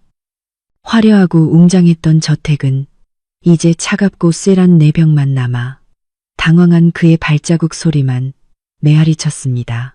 그는 공포에 질려 모든 방을 뛰어다니며 계속해서 저와 어머니의 이름을 불렀습니다. 지수야, 지수야. 어머니 어디 계세요? 하지만 대답은 그 자신의 목소리의 메아리뿐이었고 그것은 너무나 애절하고 비참하게 들렸습니다. 그의 어머니 방은 텅 비어 있었고 공기 중에 희미한 물파스 냄새만 남아 있었습니다. 익숙한 냄새였지만 지금은 무서운 상실감을 불러일으켰습니다. 부부 침실도 텅 비어 있었고 차가운 철제 프레임만 남아 있었습니다. 그리고 거실 식탁 위, 제가 수많은 밤을 헛되이 그를 기다리고 제가 만든 저녁 식사가 차갑게 식었던 바로 그곳에서 그는 그것을 보았습니다. 깔끔하게 놓인 흰 종이와 서류철 하나. 그는 떨리는 손으로 가까이 다가갔습니다. 직감적으로 그는 말로 표현할 수 없는 끔찍한 일이 일어났음을 알았습니다. 흰 종이 위에는 저의 익숙한 필체가 있었지만 오늘따라 왜 이렇게 차갑고 낯설게 느껴질까요? 준혁 씨, 당신이 이 글을 읽을 때쯤이면 저는 이미 떠났습니다. 이 집은 원래 당신의 것이 아니었기에 팔렸습니다. 어머니는 제가 더 좋은 곳에 모셨습니다. 당신의 가짜 얼굴을 더 이상 보지 않아도 되는 곳으로요. 다른 모든 일은 법원에서 만나서 이야기합시다. 그리고 그 옆에는 저의 단호한 서명이 담긴 이혼 신청서가 있었습니다. 안 돼, 그럴 리가 없어. 그는 상처 입은 짐승처럼 울부짖었습니다. 집을 팔고 어머니를 모시고 이혼이라니. 도대체 무슨 일이 벌어지고 있는 걸까요? 그는 종이를 손에 쥐고 구겼고 공포는 격렬한 분노로 변했습니다. 그는 순종적이고 나약하며 항상 그의 말에 복종했던 아내인 제가 어떻게 이런 엄청난 일을 저지를 수 있는지 이해할 수 없었습니다. 누가 저에게 그런 권한을 주었을까요? 누가 저에게 그런 배짱을 주었을까요? 그는 혼란 속에서 최 변호사님께 미친 듯이 전화를 걸었습니다. 어렴풋이 그분, 즉 가족의 오랜 친구만이 이 모든 일의 배후에 있을 수 있음을 깨달았기 때문입니다. 하지만 대답은 비서의 차가운 목소리뿐이었습니다. 죄송합니다. 박준혁 씨, 최 변호사님은 매우 바쁘셔서 지금 통화하실 수 없습니다. 문제가 있으시면 이메일을 보내시거나 법원의 소환장을 기다리십시오. 법원의 소환장. 모든 것이 너무나 명확해졌습니다. 이것은 저의 단순한 삐침이 아니었습니다. 이것은 철저하게 계산된 계획, 미리 준비된 반격이었습니다. 그는 자신이 가장 경멸했던 바로 그 여자에게 모든 것을 순식간에 빼앗기고 궁지에 몰렸습니다. 그는 이 충격이 단지 서막에 불과하다는 것을 아직 알지 못했습니다. 그의 죄에 대한 가장 끔찍한 진실, 그의 유죄 판결이 아직 그를 기다리고 있었습니다. 배신자의 분노는 이제 자신 외에는 쏟아낼 곳이 없었습니다. 믿을 수 없는 현실에 던져지고 순식간에 모든 것을 잃었다는 것을 깨달은 후 준혁은 더 이상 성공한 남자의 고상하고 세련된 외모를 유지할 수 없었습니다. 그는 미쳐 날뛰었고 공포, 분노, 그리고 두려움은 그를 궁지에 몰린 야수로 만들었습니다. 그는 누구든 찢어밟길 준비가 되어 있었습니다. 그의 머릿속에는 오직 하나의 생각뿐이었습니다. 저를 찾아내서 대가를 치르게 하는 것. 하지만 그 전에 그는 분노를 쏟아낼 곳, 비난할 사람을 필요로 했습니다. 그리고 그 사람은 다름 아닌 그의 애인이자 모든 문제의 원인이라고 생각한 예진이었습니다.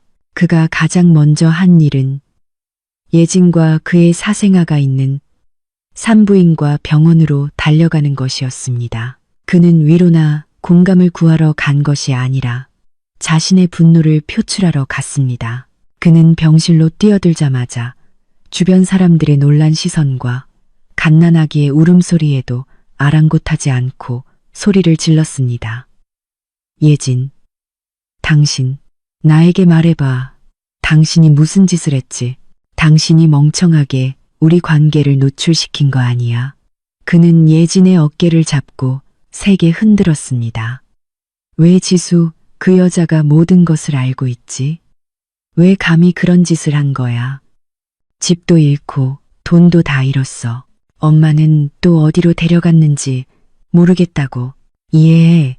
갓난아기를 안고 있던 젊고 아름다운 애인 예진은 두려움에 질려 얼굴이 창백해졌습니다. 그녀는 준혁을 이렇게 무서운 모습으로 본 적이 없었습니다. 난 아무것도 몰라. 나 며칠 동안 병원에만 있었잖아. 어떻게 내가 우리 관계를 노출시킬 수 있겠어? 여보, 진정해. 사람들이 보고 있잖아. 진정하라고? 어떻게 진정할 수 있겠어? 준혁은 눈이 벌개져 소리쳤습니다. 모두 당신 탓이야. 당신과 이 아이 때문이야. 당신들만 아니었으면 내가 거짓말할 필요도 없었고 이렇게 되지도 않았을 거라고. 당신들은 나에게 불행만 가져다 준 재앙이야. 그는 갓난아기를 가리키며 원망과 혐오가 가득한 눈빛을 보냈습니다. 이 아이에게 쏟았던 사랑과 기대는 사라진 듯 했습니다. 이제 아이는 그에게 짐이자 자신의 몰락의 원인이 되었기 때문입니다. 그들의 말다툼은 점점 더 격렬해졌습니다. 준혁의 고함 소리, 예진의 울음소리, 그리고 갓난아기의 울부짖음은 고급 병실을 시장통으로 만들었습니다. 결국 간호사와 경비원들이 개입해야 했습니다. 그들은 준혁에게 질서를 유지하고 산모와 아기의 안전을 위해 떠날 것을 요구했습니다. 그는 병원에서 쫓겨났고 애인과 아이는 혼란과 두려움 속에 울고 있었습니다. 기만과 계산 위에 세워진 그들의 불륜 관계는 첫 번째 폭풍 앞에서 금이 가기 시작했습니다. 예진은 자신이 모든 것을 바쳐 얻은 남자가 어려움에 처하자 남에게 책임을 전가하는 비겁하고 무책임한 남자일 뿐임을 깨닫기 시작했을 것입니다. 애인에게 분노를 쏟아낼 수 없게 된 준혁은 미친 듯이 저를 찾아다녔습니다. 그는 마치 미친 개처럼 도시 곳곳을 뒤졌습니다. 그는 제가 아는 친한 친구들의 집을 찾아가 소리 지르고 문을 두드리고 난동을 부리며 제가 어디 있는지 말하라고 요구했습니다. 하지만 아무도 모르거나 알더라도 말하지 않았습니다. 최 변호사님의 계획은 이런 상황까지 계산에 넣었던 것입니다. 저는 마치 그의 세상에서 증발한 것처럼 완벽하게 보호되었습니다. 저를 찾는데 무력함을 느낀 준혁은 마지막 목표인 최 변호사님에게로 향했습니다. 그는 직접 변호사 사무실로 찾아갔지만 그에게는 문을 넘지 못하게 하는 사전 명령이 있었기에 그는 거리에 서서 행패를 부리는 사람처럼 소리 지를 수밖에 없었습니다. 무력감과 분노는 그를 어리석은 행동, 즉 그의 깡패 같은 본성을 드러내는 행동으로 몰아넣었습니다. 그는 변호사 사무실 앞에서 최 변호사님을 향해 욕설을 퍼붓고 저와 공모하여 자신을 해치고 재산을 가로챘다고 비난했습니다. 그는 변호사님을 가만두지 않겠다고 복수할 방법을 찾겠다고 협박했습니다.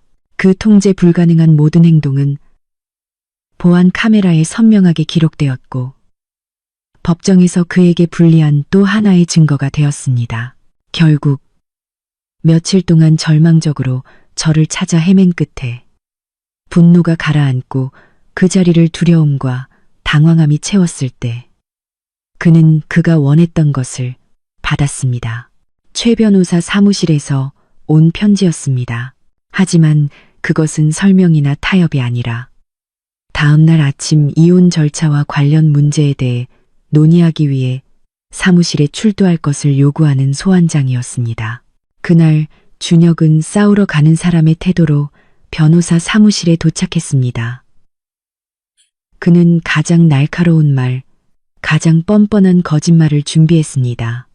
그는 제가 자신을 속이고 가족의 재산을 모두 가지고 도망쳤다고 비난할 작정이었습니다. 그는 모든 것을 되찾을 것이고 집을 되찾고 돈을 되찾고 저를 가만두지 않을 것이라고요. 그는 분노에 차서 회의실로 들어섰고 타협 없는 전쟁을 준비했습니다.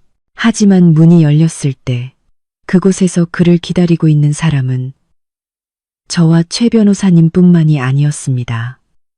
그의 어머니도 계셨습니다. 정숙 여사님은 휠체어에 앉아 계셨는데 집에서 쓰던 낡은 휠체어가 아닌 현대적인 전동 휠체어였습니다. 어머니는 깨끗하고 단정한 옷을 입고 계셨고 얼굴은 여전히 약해 보였지만 눈빛은 놀라울 정도로 맑고 예리했습니다. 그리고 가장 중요한 것은 어머니 옆에는 2명의 사복 경찰관이 매우 엄숙한 표정으로 앉아 있었습니다. 준혁의 분노는 순식간에 꺼졌고 대신 극도의 두려움이 그를 덮쳤습니다. 그는 여기가 단순한 이혼 협상이 아니라 그만을 위한 법정, 심판의 자리라는 것을 어렴풋이 깨달았습니다. 평소 수십억 원의 긴장된 경제 협상이 이루어지던 변호사 사무실의 고급 회의실이 오늘은 수사기관의 신문실처럼 차갑고 숨 막히게 느껴졌습니다.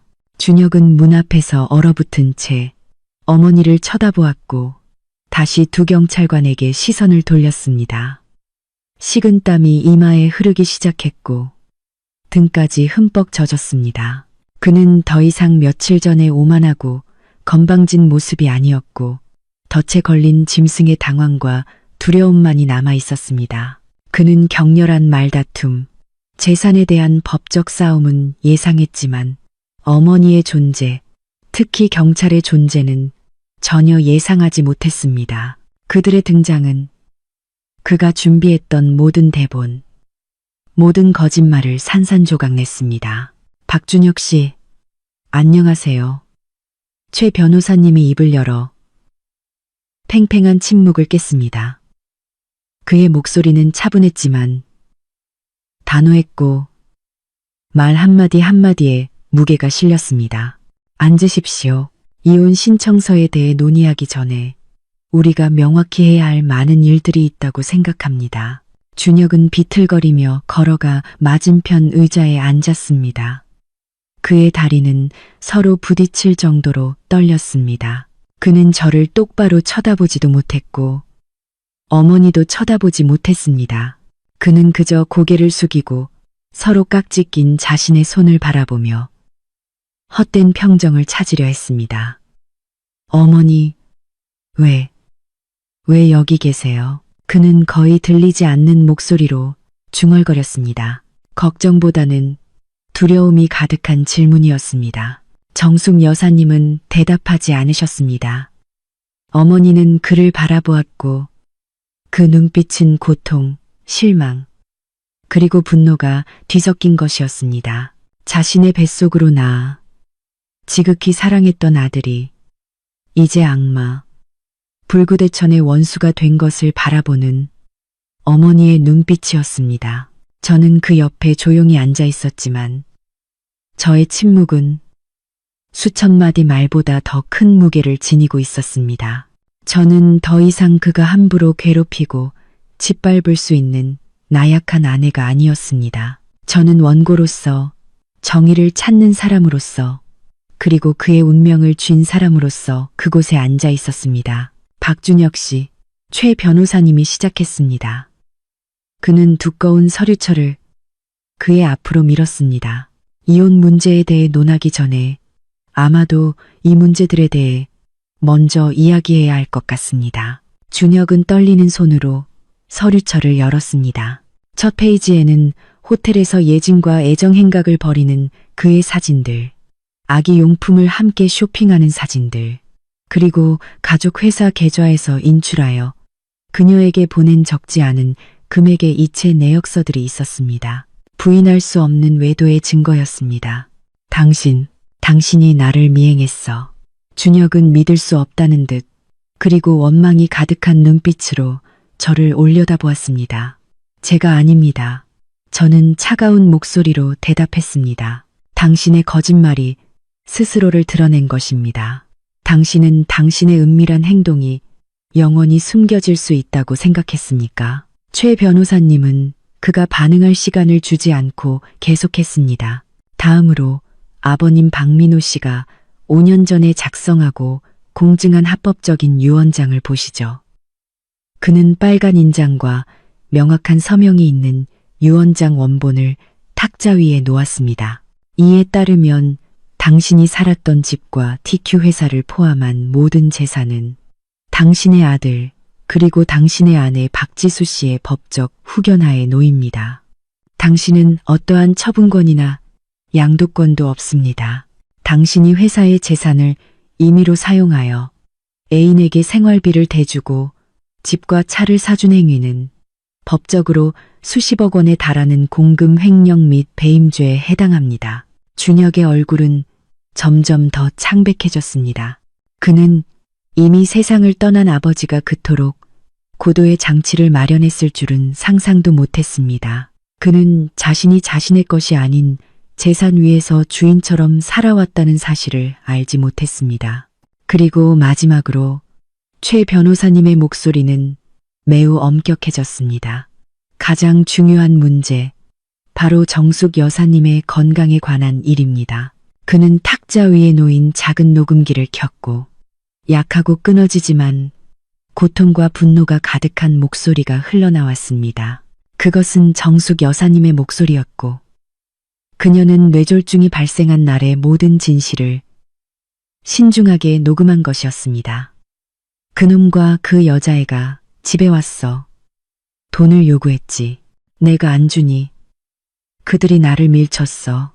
나는 넘어졌고 머리를 탁자 모서리에 세게 부딪혔다. 녹음은 끝났지만 어머니의 끔찍한 이야기는 고요한 공간에 계속 울려 퍼졌습니다. 아니야. 거짓말이야. 어머니는 거짓말하고 있어요. 준혁은 소리를 질렀고 벌떡 일어나 자신의 어머니를 가리켰습니다. 그의 진짜 얼굴이 마침내 드러났습니다. 이 노망난 할망구가 나를 해치려고 지어낸 얘기예요. 아들 낳지 못하게 하려고 그랬다고요. 아직도 부인하십니까? 두 경찰관 중 한 명이 위압적인 목소리로 입을 열었습니다. 그는 탁자 위에 또 다른 서류철을 놓았습니다. 박준혁 씨, 우리는 당신을 기소하기에 충분한 증거를 확보했습니다. 정숙 여사님의 상세하고 일관된 진술, 병원 측의 의료 감정 결과는 어머니의 머리 부상이 단순한 뇌졸중으로 인한 낙상과는 맞지 않고 강한 외부 충격으로 인한 것임을 보여줍니다. 그리고 그날 당신 집에서 큰 다툼과 물건이 깨지는 소리를 들었다는 이웃 주민의 진술도 있습니다. 박준혁 씨, 당신은 중상해를 입힌 폭행 혐의와 횡령죄로 긴급 체포되셨으며 살인미수 혐의도 조사할 것입니다. 두 경찰관은 일어섰고 준혁 옆으로 다가섰습니다.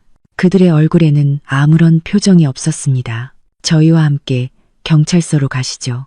안 돼. 나는 안 가. 나는 억울해. 저 여자 이 여자가 나를 함정에 빠뜨린 거야.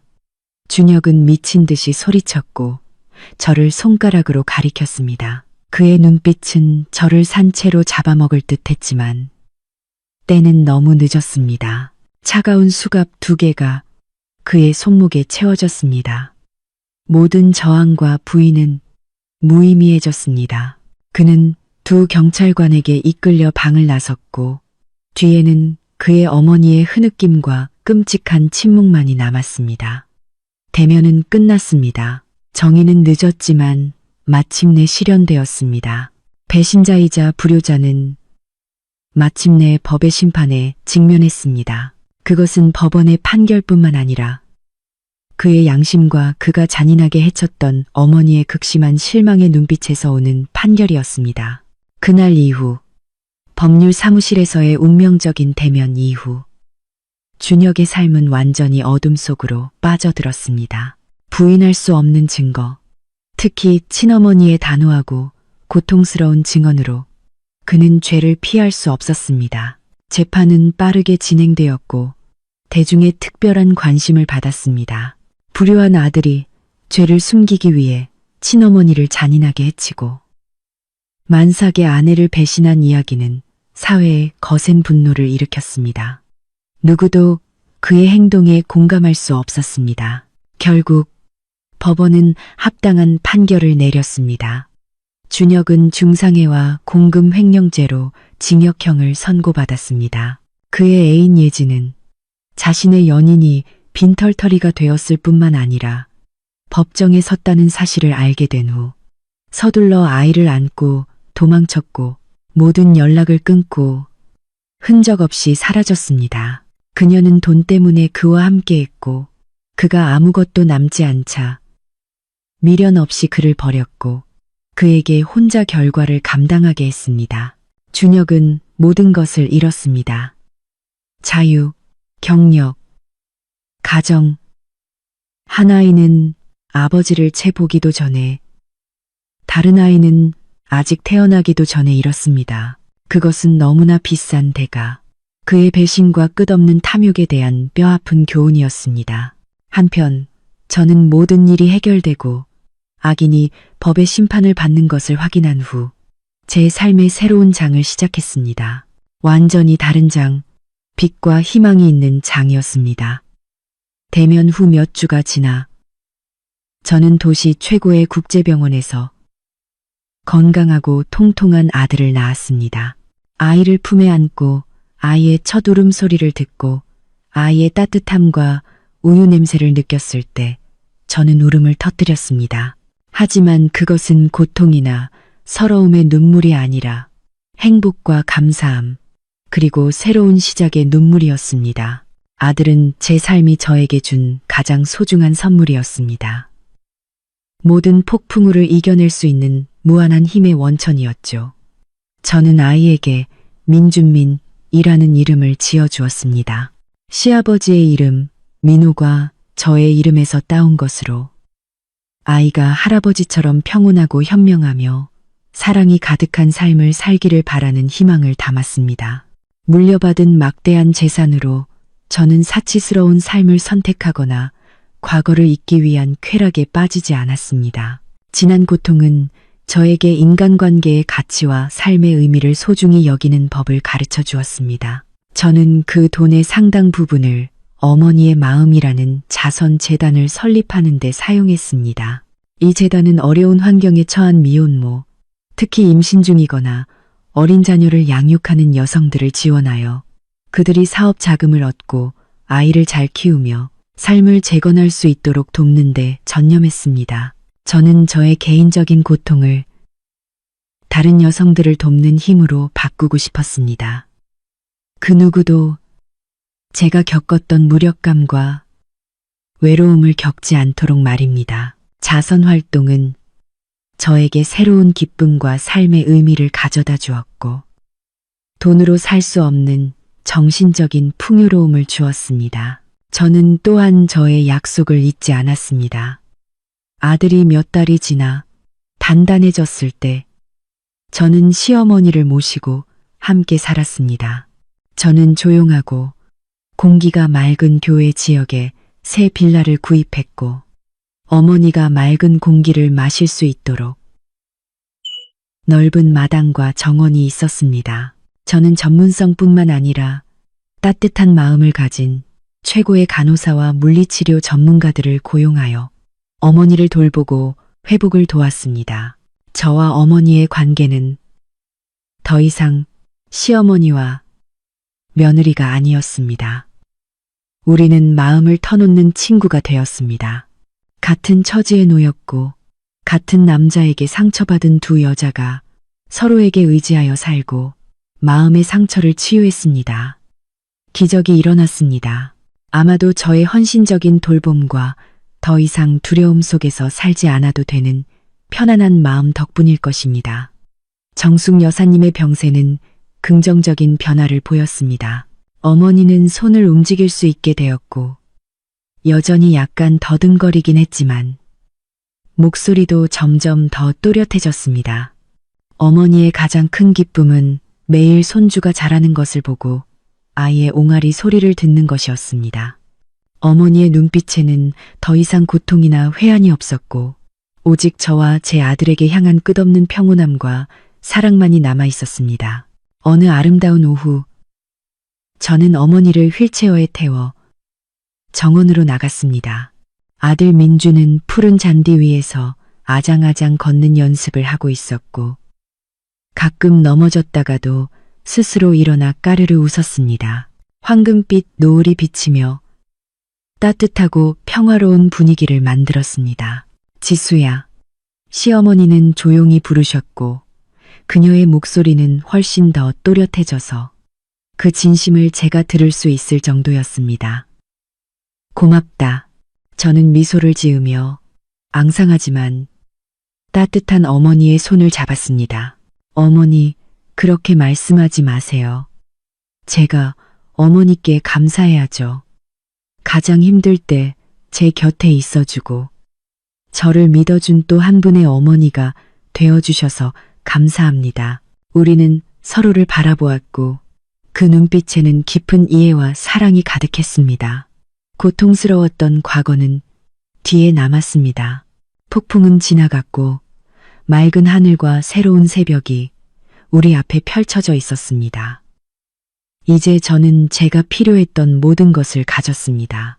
착한 아들, 자상한 어머니, 자유롭고 의미 있는 삶. 그리고 인생의 폭풍우 속에서 진정한 평화를 찾은 마음까지. 친애하는 시청자 여러분. 이로써 지수 씨의 눈물 가득하고도 비범했던 여정은 막을 내렸습니다. 이야기의 마지막 부분이 닫히고 연극의 막이 내려올 때 우리 모두의 마음 속에는 강렬하고 복잡한 감정의 잔상이 남아있을 것입니다. 남편의 뻔뻔한 배신에 대한 극도의 분노, 불쌍한 시어머니의 비극적인 운명에 대한 안타까움, 그리고 절망의 벼랑 끝에 몰렸던 한 여성의 놀라운 변신에 대한 존경심과 감탄까지. 이 이야기를 쓴 사람으로서 지수 씨가 고통에 굳어버린 순간부터 그녀가 삶의 빛을 찾을 때까지 함께했던 사람으로서 저는 여러분과 함께 앉아 단순히 누가 옳고 그른지를 판단하기보다는 우리가 이 이야기에서 얻을 수 있는 깊은 통찰과 교훈을 나누고 우리 자신의 삶에 비추어 봄으로써 매일매일이 더 의미 있고 더 나아지기를 바랍니다. 저희 채널에서 공유되는 모든 이야기는 단순한 오락을 넘어 사랑, 결혼, 삶에 대한 깊은 인간적인 가치를 전파하고 교육하는 목적을 담고 있습니다. 이 이야기를 듣고 난 후 여러분의 삶에 조금 더 힘이 되고 조금 더 믿음이 생기고 삶의 핵심 가치에 대한 새로운 시각을 갖게 되기를 희망합니다. 그리고 지수 씨의 이야기는 그것을 위한 가장 생생한 증거가 아닐 수 없습니다. 이 이야기가 던지는 첫 번째이자 가장 뼈아픈 메시지는 인간의 잔인함과 탐욕, 이기심의 시험대 위에 놓였을 때 무너지는 믿음의 몰락에 대한 경고입니다. 지수 씨는 모든 전통적인 기준에서 거의 완벽한 아내이자 며느리였습니다. 그녀는 착하고 헌신적이며 희생적이었습니다. 그녀는 자신의 모든 것을 바쳐 자신이 보금자리라고 믿었던 가정을 돌보았습니다. 그녀는 불구가 된 시어머니를 불평 한마디 없이 돌보았습니다. 그녀는 남편의 고생을 이해하고 공감했습니다. 그녀는 모든 사랑과 기대를 담아 그의 아이를 품에 안았습니다. 그녀는 건강, 시간, 심지어 가장 작은 개인적인 필요까지 아무것도 계산하지 않고 자신이 가진 모든 것을 주었습니다. 하지만 그 무한한 희생에 대한 보상은 무엇이었을까요? 그녀가 출산을 앞둔 바로 그 순간, 그녀가 가장 믿고 사랑했던 남편은 다른 곳에서 다른 여자와 다른 아이를 행복하게 맞이하고 있었습니다. 이 배신은 단순한 한순간의 실수나 나약함이 아니었습니다. 그것은 교활하고 잔혹하게 조작된 조직적인 기만이었습니다. 준혁은 그의 아내, 그의 아이를 뱃속에 품고 고통을 견디는 그 아내를 무보수의 하인, 자신의 이중 생활을 가리는 완벽한 병풍으로 이용했습니다. 이것은 우리에게 가혹하고 고통스러운 진실을 보여줍니다. 선의와 희생이 잘못된 곳에 놓이면 감사함을 얻지 못하고 오히려 다른 사람의 탐욕과 이기심을 더욱 키울 뿐이라는 것을요. 마음이 썩은 사람을 당신의 희생으로 감화시키려 한다고 생각하지 마십시오. 어떤 사람들은 당신의 친절을 당연하게 여길 것이고 당신의 인내를 그들이 짓밟고 올라설 수 있는 나약함으로 여길 것입니다. 이 이야기는 우리에게 어떤 관계에서든 사랑만으로는 충분하지 않다는 것을 상기시켜 줍니다. 사랑은 존중, 충실함, 그리고 감사함을 필요로 합니다.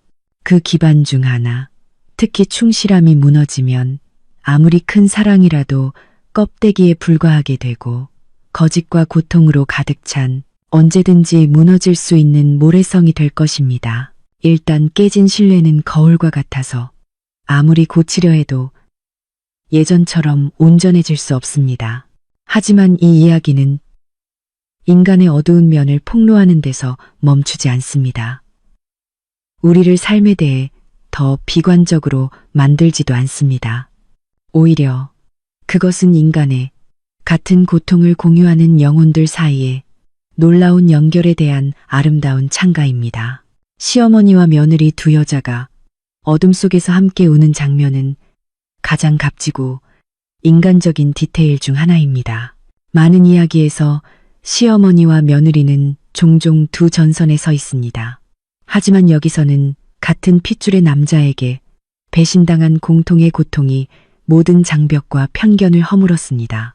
정숙 여사님의 눈물은 자신의 비극적인 운명뿐만 아니라 불행한 며느리의 고통을 위해서도 흘렸습니다. 그리고 바로 그 깊은 공감이 두 사람이 함께 일어서고 함께 싸울 수 있는 힘의 원천이 되었습니다. 이것은 우리에게 공감과 인간애에 대한 깊은 교훈을 줍니다. 때때로 삶의 가장 어두운 순간에 온 세상이 나에게 등을 돌린 것 같을 때 우리에게 필요한 것은 뻔한 조언이나 물질적인 도움이 아닐 수 있습니다. 우리에게 가장 필요한 것은 그저 옆에 조용히 앉아 우리가 이 고통 속에서 혼자가 아니라는 것을 알려줄 수 있는 누군가일 뿐입니다. 정숙 여사님은 몸이 불편하여 행동할 수는 없었지만 폭풍 속에서 지수 씨에게 가장 굳건한 정신적 버팀목이 되었습니다. 그녀는 지수 씨에게 비밀, 생존의 길뿐만 아니라 한 어머니의 믿음, 위탁, 그리고 사랑까지도 넘겨주었습니다. 그들의 관계는 일반적인 시어머니와 며느리의 경계를 넘어섰습니다. 그것은 상처받았지만 굴복하지 않은 여성들의 연합이 되었습니다. 그들은 함께 정의를 되찾기 위해 서로에게 의지했습니다. 이 이야기는 가장 비참한 상황에서도 공감과 나눔만 있다면 우리는 계속 나아갈 빛과 힘을 찾을 수 있다는 인간애에 대한 아름다운 그림을 그렸습니다. 그리고 물론 이 이야기가 전달하는 가장 큰 교훈, 가장 강력한 메시지는 궁지에 몰린 여성의 놀라운 변신과 부활입니다. 이야기 초반의 지수와 이야기 후반의 지수는 완전히 다른 사람입니다. 착하고 순종적이며 어느 정도 나약하고 의존적이었던 아내에서 그녀는 강하고 결단력 있으며 용감한 여성으로 변했습니다. 그 놀라운 변화를 만든 것은 무엇이었을까요? 그것은 바로 고통이었습니다. 배신감의 고통이 절정에 달했을 때, 더 이상 잃을 것이 없을 때, 그것은 그녀를 파괴하지 않고 오히려 그녀를 단련시켰습니다. 그것은 모든 순진함과 나약함을 태워버리고 강하고 빛나는 강철의 심지를 남겼습니다. 모든 진실을 알게 되었을 때 지수 씨는 무너지거나 운명을 한탄하거나 맹목적인 복수를 하려 하지 않았습니다. 그녀는 눈물을 행동으로 바꾸었습니다. 그녀는 계획을 세웠고 도움을 구했고 빠르고 단호하며 매우 현명하게 행동했습니다. 그녀가 집을 팔고 시어머니를 요양원에 모신 것은 분노로 인한 충동적인 행동이 아니라 엄청난 성숙을 보여주는 신중하게 계산된 조치였습니다.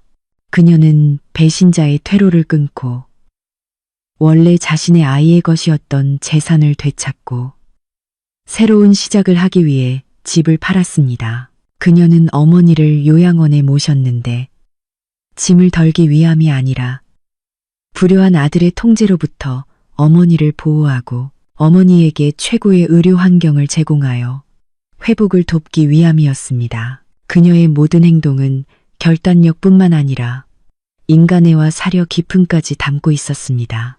지수 씨의 변신은 우리 모두에게, 특히 여성들에게 강력한 영감을 줍니다. 그것은 모든 여성 안에 잠재된 힘이 엄청나며 때로는 희생과 사회적 편견에 의해 가려져 있을 뿐임을 보여줍니다. 착한 여성을 절대 과소평가하지 마십시오. 그들의 선의가 짓밟히고 그들의 한계가 넘어섰을 때, 그들이 가장 사랑하는 사람이 위험에 처했을 때, 그들은 누구보다 강해질 수 있습니다. 이 이야기는 우리에게 왕자님이나 구원자가 우리 삶을 구하러 오기를 기다리지 말라고 단언합니다. 스스로 여왕이 되어 자신의 왕국을 건설하십시오. 진정한 행복과 평화는 타인의 선의에서 오는 것이 아니라 바로 자신의 독립, 자립, 그리고 용기에서 비롯됩니다. 당신이 충분히 강해지면 당신은 자신을 보호할 수 있을 뿐만 아니라 지수 씨가 시어머니와 아들을 위해 했던 것처럼 당신이 사랑하는 사람들을 보호하고 행복하게 해줄 수 있습니다. 마지막으로 이 이야기는 죄악과 배신에 대한 엄중한 심판입니다. 준혁의 결말은 이중적인 삶을 살았던 사람들에게 타인의 감정과 희생을 쉽게 짓밟고 자신의 행복을 추구할 수 있다고 생각했던 사람들에게 주는 뼈아픈 교훈입니다. 그는 자유, 경력, 가족, 사랑, 그리고 두 아이까지 모든 것을 잃었습니다. 법의 처벌은 일부에 불과합니다. 그에게 가장 큰 처벌은 채울 수 없는 상실감, 그리고 남은 평생 감옥에서 그를 따라다닐 양심의 가책이었습니다. 그는 거짓으로 모든 것을 얻으려 했지만 결국 아무것도 손에 쥐지 못했습니다. 이것은 결코 변하지 않는 규칙을 보여줍니다. 부정한 수단으로 타인에게 고통을 주어 얻은 것은 결코 오래가지 못합니다. 오직 진실함, 노력, 그리고 진정한 사랑으로 쌓아 올린 가치만이 시간을 견뎌낼 수 있습니다. 지수 씨와 시어머니의 마지막 행복은 그들이 물려받은 재산이 아니라 그들의 영혼의 평화, 그리고 폭풍 후에 함께 지키고 가꾼 신성한 모자, 조손 간의 사랑이었습니다. 그것이 가장 귀한 자산이며 누구도 다시는 훔쳐갈 수 없는 자산입니다. 이제 개인적인 소회를 몇 마디 나누고자 합니다. 이 이야기를 들려준 사람으로서 지수라는 인물에 대해 이야기할 때마다 제 마음은 여러 번 점여왔습니다. 특히 초반부에서는요. 저는 그 안에서 수많은 한국 여성의 모습을 상상했습니다. 밤낮 없이 남편과 자식, 시댁을 위해 묵묵히 희생하며 때로는 자기 자신마저 잊고 사는 여성들이요. 그 희생은 정말 소중하지만 때로는 너무나 안쓰럽고 외롭습니다. 저를 가장 괴롭혔던 디테일은 지수 씨가 출산을 앞두고 있는 자신과는 달리 남편이 다른 가족과 행복해하는 모습을 병원에서 지켜보는 순간이었습니다. 그것은 너무나 잔인한 진실이었고 어떤 말로도 다 표현할 수 없는 한 세상의 몰락이었습니다. 저는 그 고통을 여러분을 슬프게 하기 위해서가 아니라 한 여성이 견뎌낼 수 있는 비범한 힘을 함께 느끼기 위해 가장 진실되게 묘사하려고 노력했습니다. 그리고 그녀가 거의 얼어붙은 피해자에서 정의를 찾는 사람으로 변모하는 과정은 저에게 정말 큰 에너지를 전달해 주었습니다. 저는 힘이라는 것은 결코 넘어지지 않는 것이 아니라 넘어질 때마다 더 강하고 굳건하게 다시 일어설 수 있는 능력이라고 믿습니다. 저는 시어머니 정숙 여사님이라는 인물이 정말 좋습니다. 완벽한 시어머니는 아니셨을 것입니다. 과거에는 까칠했던 순간도 있었겠지만 가장 가혹한 상황에서 한 어머니의 본능, 그리고 더 중요하게는 인간애가 강력하게 깨어났습니다. 그녀는 친아들의 죄를 감싸주기보다는 며느리의 편, 옳은 편에 서기로 선택했습니다. 그것은 매우 용감하고 존경스러운 선택이었으며 모든 어머니가 할 수 있는 선택은 아닙니다. 이야기 후반부의 어머니와 지수 씨의 관계는 제가 전달하고 싶었던 가장 인간적인 빛이었습니다. 그것은 시어머니와 며느리 관계가 항상 전쟁터가 아닐 수도 있다는 것을 보여줍니다. 이해와 사랑이라는 기반 위에 세워진다면 그것은 언제든 가족의 굳건한 동맹이 될 수 있습니다. 마지막으로 저는 이 이야기가 준혁의 결말이 당연하긴 하지만 단순한 복수에 대한 이야기가 아니라고 말하고 싶습니다. 이 이야기는 재탄생, 치유에 대한 이야기입니다. 지수 씨는 배신과 증오가 자신의 삶을 파괴하도록 내버려 두지 않았습니다. 그녀는 과거의 잿더미를 새로운 미래를 건설하는 토대로 삼았습니다. 자신뿐만 아니라 다른 여성들을 위한 미래까지요. 그것이야말로 가장 달콤하고 고귀한 복수입니다. 시청자 여러분, 투명성과 상호 이해를 위해 저희 채널에 게시된 내용에 대한 몇 가지 중요한 공유사항을 알려드립니다. 여러분이 듣는 모든 이야기는 사랑, 결혼, 삶에 대한 인간적인 가치를 교육하고 즐거움을 제공하며 전파하는 것을 최우선 목표로 구성되고 이야기됩니다. 잠재적으로 연관될 수 있는 모든 개인의 사생활과 신원을 절대적으로 보호하기 위해 모든 줄거리, 인물 이름, 장소, 직업 및 기타 식별 정보는 상당히 변경되었습니다. 이 이야기는 현실의 특정 인물이나 조직을 암시하거나 대변하는 것이 아닙니다. 따라서 실제 사건이나 개인 생존 여부 불문과의 모든 우연의 일치는 전적으로 우발적인 것입니다. 또한 저희는 영상의 내용이 참고 및 성찰의 목적만을 가지며 법률, 의료 또는 심리적인 전문적인 조언을 대체할 수 없음을 강조합니다. 만약 여러분이 삶에서 어려움을 겪고 있다면 가장 적절하고 효과적인 도움을 받기 위해 자격을 갖춘 전문가를 찾아주시기를 바랍니다. 친애하는 시청자 여러분, 지수 씨의 여정은 막을 내렸지만 그 메시지는 우리 각자가 생각할 수 있도록 여전히 열려 있습니다. 지수 씨의 행동에 대해 어떻게 생각하십니까? 문제를 해결할 다른 방법은 없었을까요? 그리고 가장 중요하게 이 이야기를 통해 여러분은, 특히 저희 채널의 여성 시청자분들은 자신 안에 있는 힘에 대한 더 큰 믿음을 갖게 되셨습니까? 이 영상 아래에 여러분의 댓글과 속마음을 남겨주세요. 여러분의 모든 공유는 저희가 서로 듣고 이해하는 공동체를 함께 만드는 소중한 선물이 될 것입니다. 이 이야기가 여러분의 마음에 와닿았다면 좋아요를 눌러주시는 것을 잊지 마세요. 친구, 가족과 공유해 주시고, 물론 편안한 노후 이야기, 블로그 채널 구독 버튼을 누르고 알림벨을 켜주세요.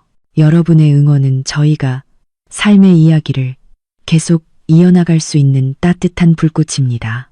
우리가 매일매일 더 잘 살고, 더 강해지고, 더 행복해지는데 도움이 될 수 있는 이야기들을요. 진심으로 감사드리며 다음 이야기에서 뵙겠습니다.